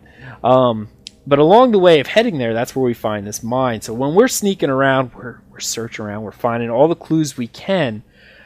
We meet up with the rogue, if you will, and she's dressed as a prisoner. She's like, I got myself caught. And we tell her what they're doing, that they're actually sacrificing these people, all the miners. These Reachmen are killing them for their hag ravens. So she goes, okay, I was only managed to be able to pick steal the key from the one lady, but it's only to her private house. She has the key to the mine. You need to go get it. So we sneak over, we go into her private house, and we set up an ambush for her. When she, is there, we attack her, we kill her, and we get the mine key. On our way back, we found out something bad had happened. As we go up, apparently they had rounded up all the prisoners, including the quest giver, a female dark elf, and had taken him to the mine except for one. And when you talk to her, she's like, they took them all. They took them all into the mine to sacrifice to the hag ravens. And apparently the hag ravens have a taste, if you will, for human eyeballs. That's what they like. So she's like, the only reason why they didn't take me was because the cart was too full. They're coming back for me. So you need to go save them. As we go into the mine, the main reason why I really wanted to mention this quest is one of the complaints I had heard was bad voice acting. Bad voice acting. I gotta tell you, anyone who says that needs to go find this quest. Because as we go in, we find her. But I don't think we got there quite in time. As we get up to her, she has bandages over her eyes. We got there a little late. And as you go up to talk to her, she is screaming. And I'm not talking like the normal screaming you hear from the voice acting. This lady did it good. Her voice acting was actually so good that it gave me goosebumps. My skin felt like it was crawling as she goes on about, don't touch me! Don't touch me! And she's freaking out. She's like, oh, it's you! Do you see what they've done? Look what they've done to me! And she's freaking out. And it's just, whoever acted that did such an amazing job. And it was just, I can't even, all right, you go. They actually had taken her, held her down, and the hag raven plucked her eyes out while she was still alive and ate them.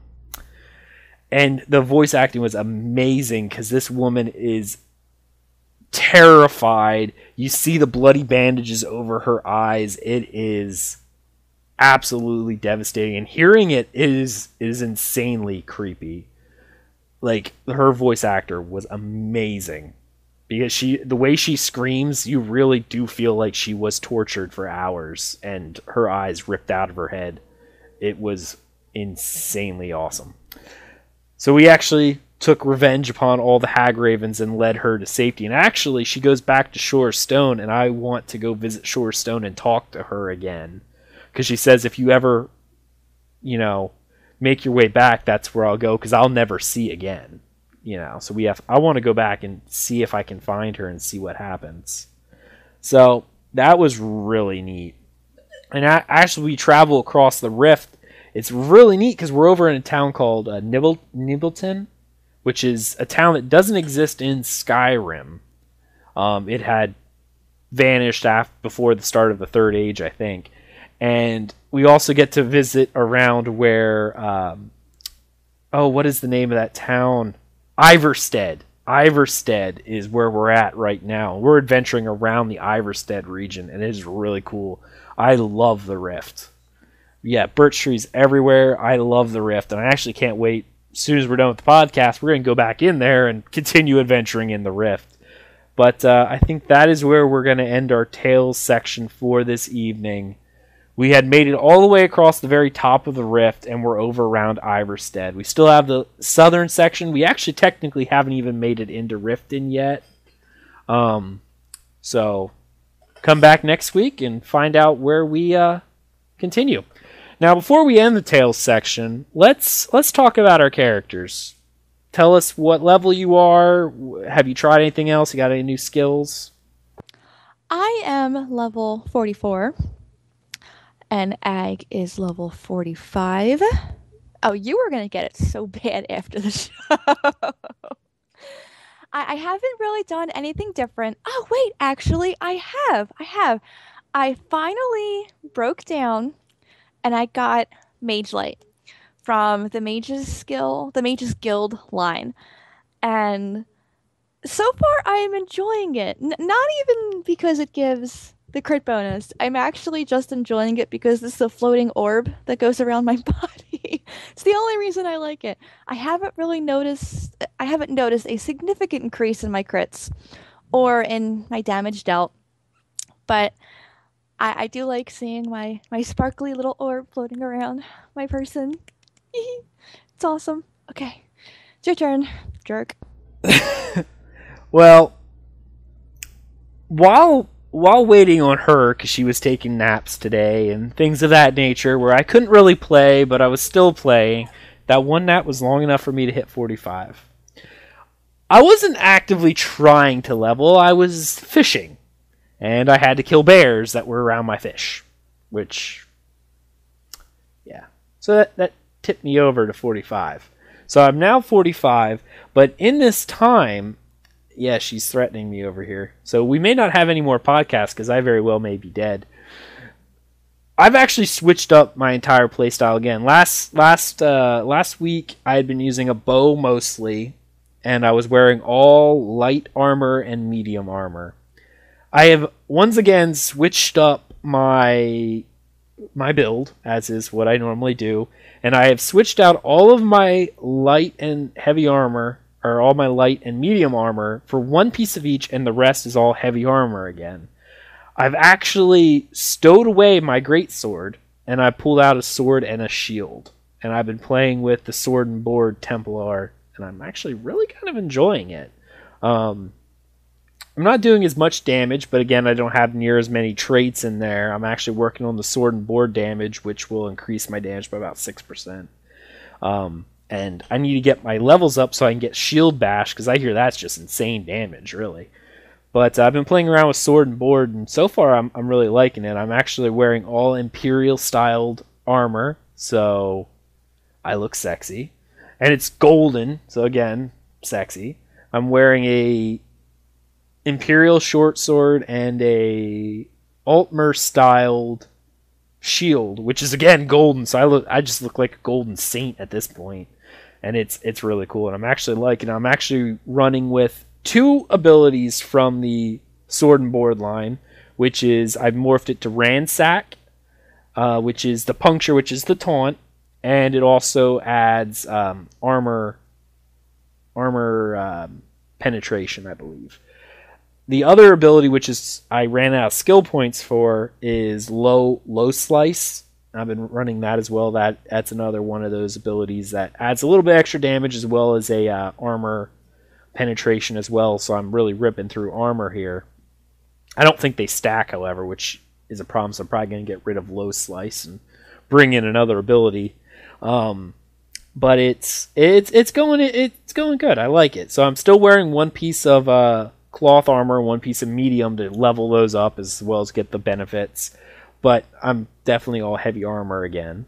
And I was able to save up enough money to get my pack horse, my what are they called in game? They're not pack horses, they're the one with the 10 carrying capacity. I don't remember what they draft horse, thank you. And I named him Franklin. Yes, that is an inside joke for me and my wife. His name's Franklin. It's the best horse ever. And I started feeding him, so now I'm completely broke. So, Tales of Tamriel listeners, feel free to send me money so I can continue to feed my horse, because I need money for my horse. He's hungry. So that's my character now. I still have a bow for range. And I think I'm going to keep it there, but I am leveling the sword and board as an option for now. And again, once I max out all my crafting, I'm going to respec, and then we'll be able to play with it some more. I'm currently running, I think it's 18 stamina, 18 magicka, 8 health. And if any higher level veteran players can confirm this for me, are you able to max out your like overcharge your weapon damage and stuff by just, because I was thinking about, even if I go a damage route, is to drop all my points into health and then just put nothing but stamina and magicka in chancel in my armor, even if I plan on going a damage route, which I probably will instead of a tanking route. should you put trait points elsewhere? Or, like, I see a lot of people just shoving it all into health and then getting overcharged through enchant. So I'm really kind of curious. So if anyone has that information, let me know in game or send me an email, because I'm really curious. I want to see some number crunches on this. But yeah, that's where we're at. So that ends our Tales section for another week. Right now we are going to move on to the next section, which is the dramatic reading. And this week, continuing the trend we have been, we are doing a series of lore books that we found in game. Yes, the first set of lore books from the Mages Guild that we decided to read from is called Daedric Princes. This is an 8-part series, and we are on the third of this 8-part series with the book Modern Heretics, a study of Daedra worship in the Empire. So Thais, take it away. Modern Heretics. The author is Hadiris of Gadelsfund. Daedra worship is not prohibited by law in Cyrodiil. Primarily, this is a result of the Imperial Charter granted the Mages Guild, permitting the summoning of Daedra.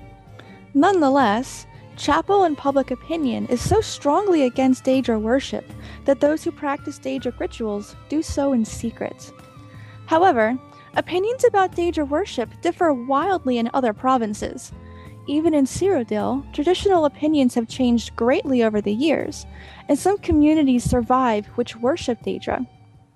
Some more traditional Daedra worshippers are motivated by piety and personal conviction. Many modern Daedra worshippers are motivated by a lust for arcane power. In particular, questing heroes of all stripes seek after the fabled Daedric artifacts for their potent combat and magical benefits. I personally have discovered one community worshipping the Daedra Lord Azura, Queen of Dawn and Dusk. A researcher curious about Daedra worship might research in several ways: through a study of the literature, through exploration and discovery of ancient Daedric shrines, through questioning local informants, and through questioning worshippers themselves. I used all these means to discover the Shrine of Azura. First, I read books. References like this one may provide a helpful general background concerning Daedric shrines. For example, my research has led me to understand that, in Cyrodiil, Daedric shrines are generally represented by statues of Daedra lords, are generally situated in wilderness locations far from settlements, that each shrine generally has associated with it a community of worshippers, often referred to as a coven, that shrines have associated with them a particular time, often a day of the week, when a Daedra lord might be solicited, that Daedra lord often will not deign to respond unless they regard a petitioner of sufficient prowess or strength of character, that they will only respond if given the proper offering, the secret of which offering often known only to the community of worshippers, and that, in return for the completion of some task or service, the Daedra lords will often undertake to offer an artifact of power to a successful quester. Then I questioned locals with an intimate knowledge of the wilderness. Two classes of informants I found especially useful: well-traveled hunters and adventurers, who might come across shrines in their travels, and scholars of the Mages Guild. In the case of the Shrine of Azura, both sources were profitable. I discovered a Cheydinhal hunter who had chanced across a strange epic statue in his travels. The statue was of a woman with outstretched arms. In one hand she held a star, in the other hand she held a crescent moon. He had shunned the statue out of superstitious fear, but had marked the location in memory. Far north of Cheydinhal, northwest of Lake Arius, high in the Jural Mountains. Then, proceeding to the local Mages Guild with a description of the statue, I was able to confirm from its description the identity of the Daedra Lord worshipped. Having discovered the location of the shrine, I visited it and discovered there was a community of worshippers. Because of the strength of opinion against Daedra worship, the worshippers were, at first, reluctant to admit their identity. But once I had won their trust, they were willing to divulge me the secrets of the times when Azura would hear petitions, from dusk to dawn, and that the offering required by Azura was glow dust, a substance obtained from the will-o-wisp. I am, of course, nothing more than a chapelman and scholar, so it did not lie within my power to find a will-o-wisp to obtain glow dust, nor am I certain that Azura would have found me worthy to make such an offering, even if I had preferred it. But I was assured that if I had been able to make such an offering, and if it had been accepted, Azura would have given me some sort of quest, which, if completed, might have earned me the reward of Azura's Star, a Daedric artifact of legendary magical powers. I have since heard rumors of the existence in Cyrodiil of other Daedric shrines, the Daedric lords to which they are dedicated, and the Daedric artifacts that might be won by questing heroes. Hircine the Huntsman, for example, is linked in legend to the Savior's Hide, a powerful enchanted armor. The sword, Volendrung, is associated with Malakath, Lord of Monsters. And the eponymously named Mace of Molag Bal is also thought to be the object of Daedra worship. Other Daedra lords, their shrines and worshippers, remain to be discovered in Cyrodiil by earnest and persistent researchers. You know what's kind of interesting is this book is almost word for word what you have to do for a quest in Oblivion. You actually have to kill the will-o-wisp. You have to present the dust. I think it's part of the main quest line, actually. And the one thing I really like about the world is, I don't know if this was just an oversight or if it was intentionally put there, but the last line, the sword Valendrung, it is incorrect, because the Daedric artifact is actually a two-handed mace for Malakath. I don't believe it's a sword. It's actually supposed to be a mace, and you actually get it in Skyrim. But one thing that I know the lore masters actually do is they write contradictions in their lore because it's supposed to feel real, like it's coming from a person's perspective in the game, not just the game, in the world. So sometimes scholars are wrong. I mean, look at pretty much everyone before Christopher Columbus. The world wasn't flat, but I bet everyone who wrote about it said the world was flat.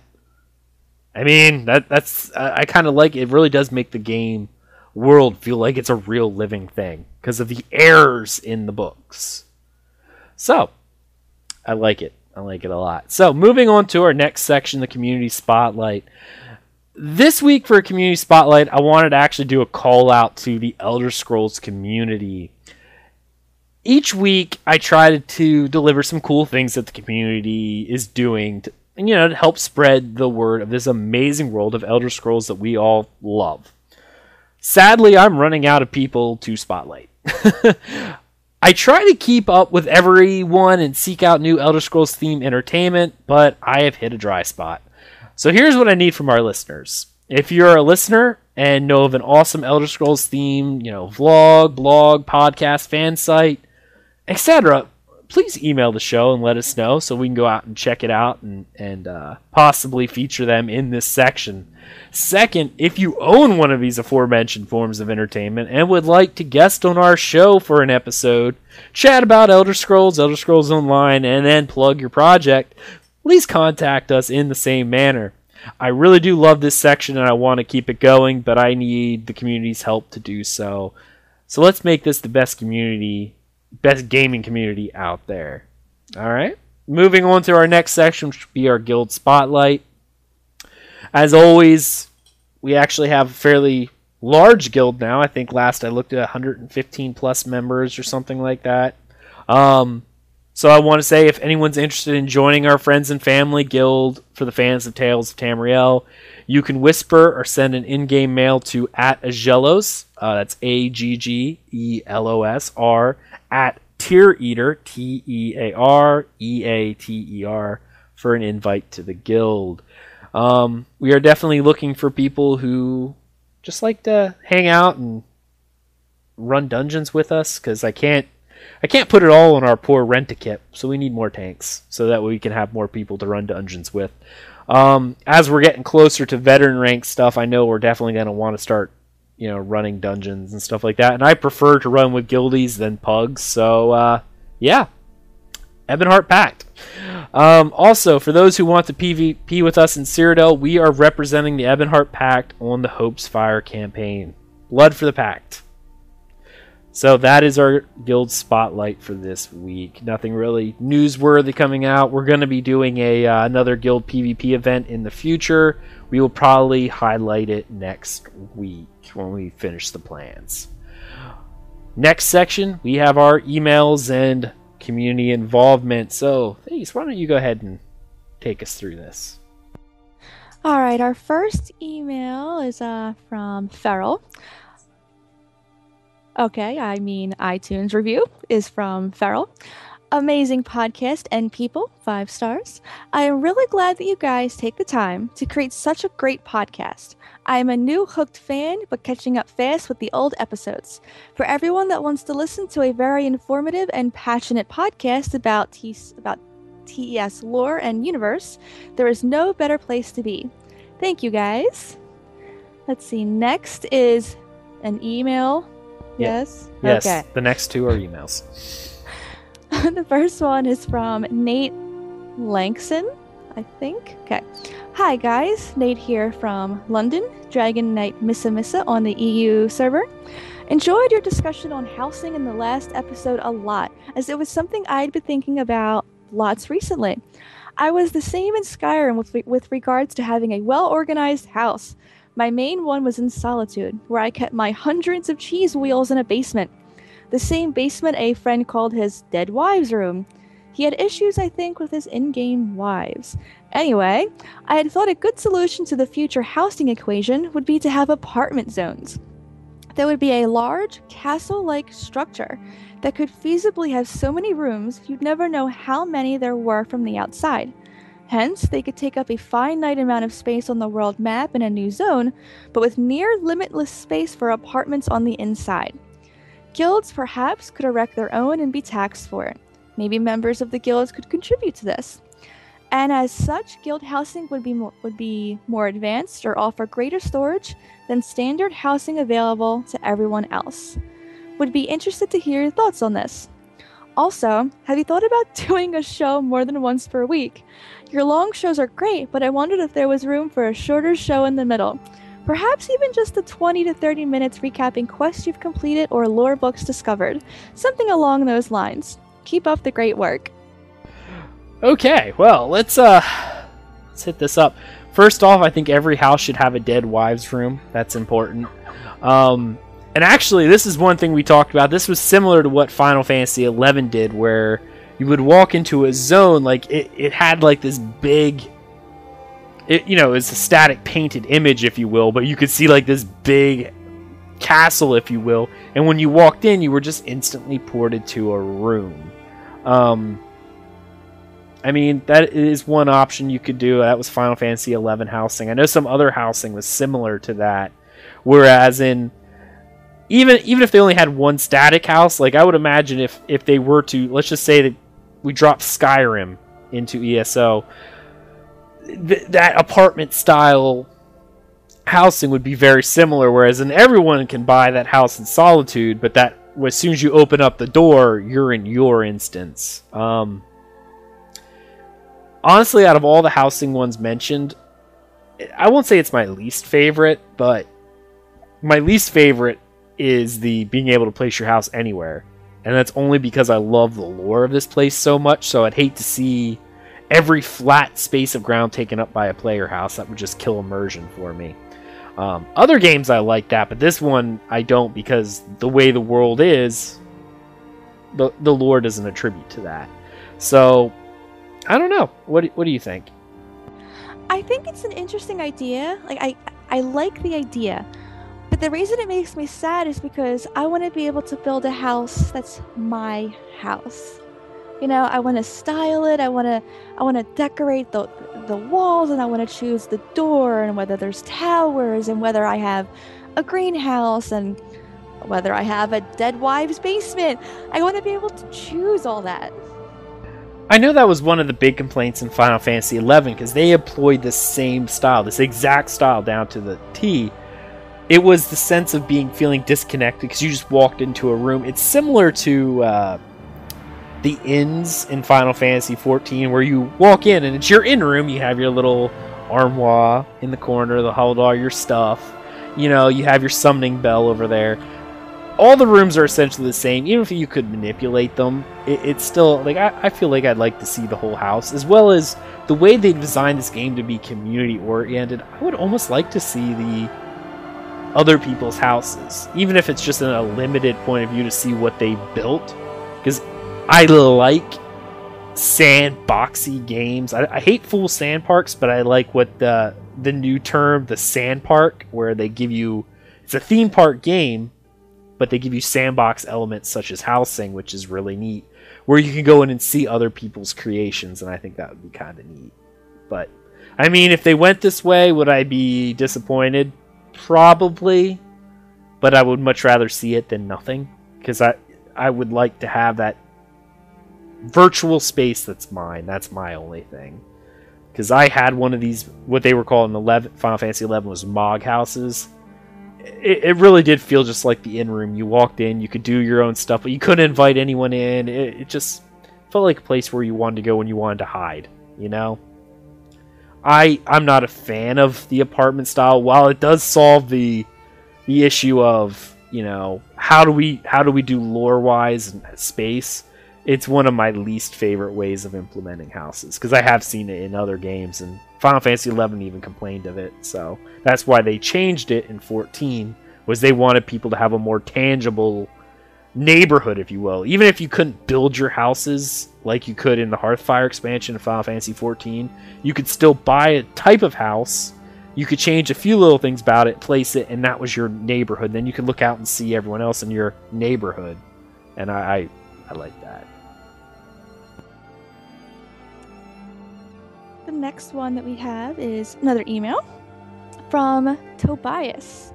Hi, I really like your show, and I will praise you guys in a later email, but I'm listening to episode 13 and just had to give some input to your discussion. You were talking about the ability to solo dungeons, and I believe Thais was pretty against being able to solo old content. I was. If this is not the case, never mind, but my argument for being able to is to experience things you can't do otherwise because no one else does them. I'm currently veteran rank 1 and have been for a week or two now, and I recently tried playing World of Warcraft again. This is Mists of Pandaria, and I am a tank with pretty shabby gear, but I am able to solo old raids and experience stuff like Tempest Keep, and defeating those raids that were actual before my time.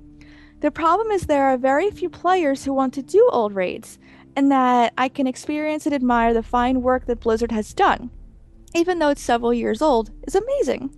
I enjoy the past lore, I enjoy the roleplay, and so on. And the only reason why I can do this is because I am level 90.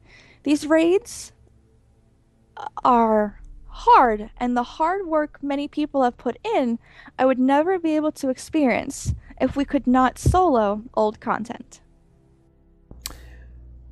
I think that was the argument I was attempting to make. I remember back when I was trying to farm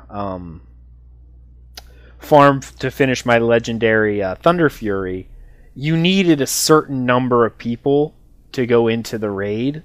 Like the very first boss in there required one person to manipulate and one person to hold the dragon. You needed minimum 2 people. Now, of course, I had friends to help me. I don't know if we were dating at the time, were we? Yeah, okay. Well, I had you, and I had my buddy Vidina, who I could always call on to help me.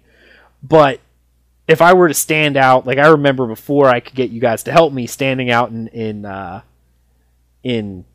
city going, I want to go do this dungeon, who wants to do it? You'd be lucky to get anybody, because no one wants to go back unless they're specifically going for something, such as a transmog piece of gear. But back before that, transmog wasn't available, so really there wasn't a reason to go back unless you really wanted to.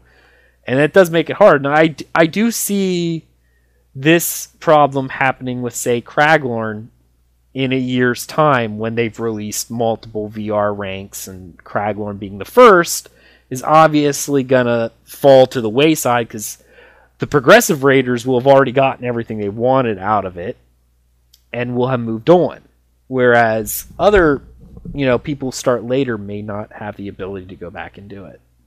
I see where he's making it, but see, I'm an achievement person, and I'm a perfectionist. So in WoW, whenever someone was advertising for an older piece of content, I'm the person who would be like, "Oh yeah, I'll go. Yeah, take me. I'll go. I want to go. Yeah, let's go." That would be me.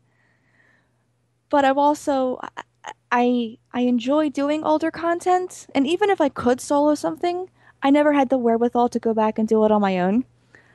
I didn't. It wasn't as fun, so I never wanted to go back and solo it, even if I could, because it's not as fun. I would rather go with a group of people. With the exception of when you're going back to farm mounts or something. Then you don't want anyone around you, because the second they win it, then you just hate them. That is true, because if I had been trying to farm the Flame Talons and they dropped and I was with someone else, I would have hunted them down, and I would have just chopped off their toes. All of them. Yeah. Now, here's the thing. I get where you're coming from, because I do like the idea of stuff never being able to be soloed, because it does create that community. But even being an achievement, whatever you are, for lack of a better word, because we're a family show, even being that, eventually you would have the achievements. And I mean, unless they were a friend, like, friends are one thing, but if I saw someone quoting for a raid, if I didn't have all the achievements, yeah, I'd go. But eventually, let's face it, humans are selfish beings. I mean, we are. Most people will not go back unless there's something in it for them. Whether it's nostalgia, they're still fulfilling a need within themselves just to see something they haven't seen in years, or they're after a specific item or an achievement. But eventually you have all those achievements. Like, just for instance, the SAR 3 Drakes, I farmed those like crazy. I have every achievement. So whenever I saw a random person in trade shouting for it, I had no desire. I had everything I wanted. I had every achievement possible. What was the point of going back for me? Because there was literally nothing that I wanted. And yes, it is a very selfish thing to do, but these games generally are about, especially if you're shouting in chat when you don't really know the person or have no physical ties or friendship ties, if you can't get something out of it, why waste your time doing it? And that's where I could see being able to solo is being able to go back and do some of the stuff that you need a group for after you've out-leveled it, just to experience it. Don't know. Okay, well, that was all of our emails and iTunes reviews for the week, so we're going to move on to the final part of our show, the closing thoughts.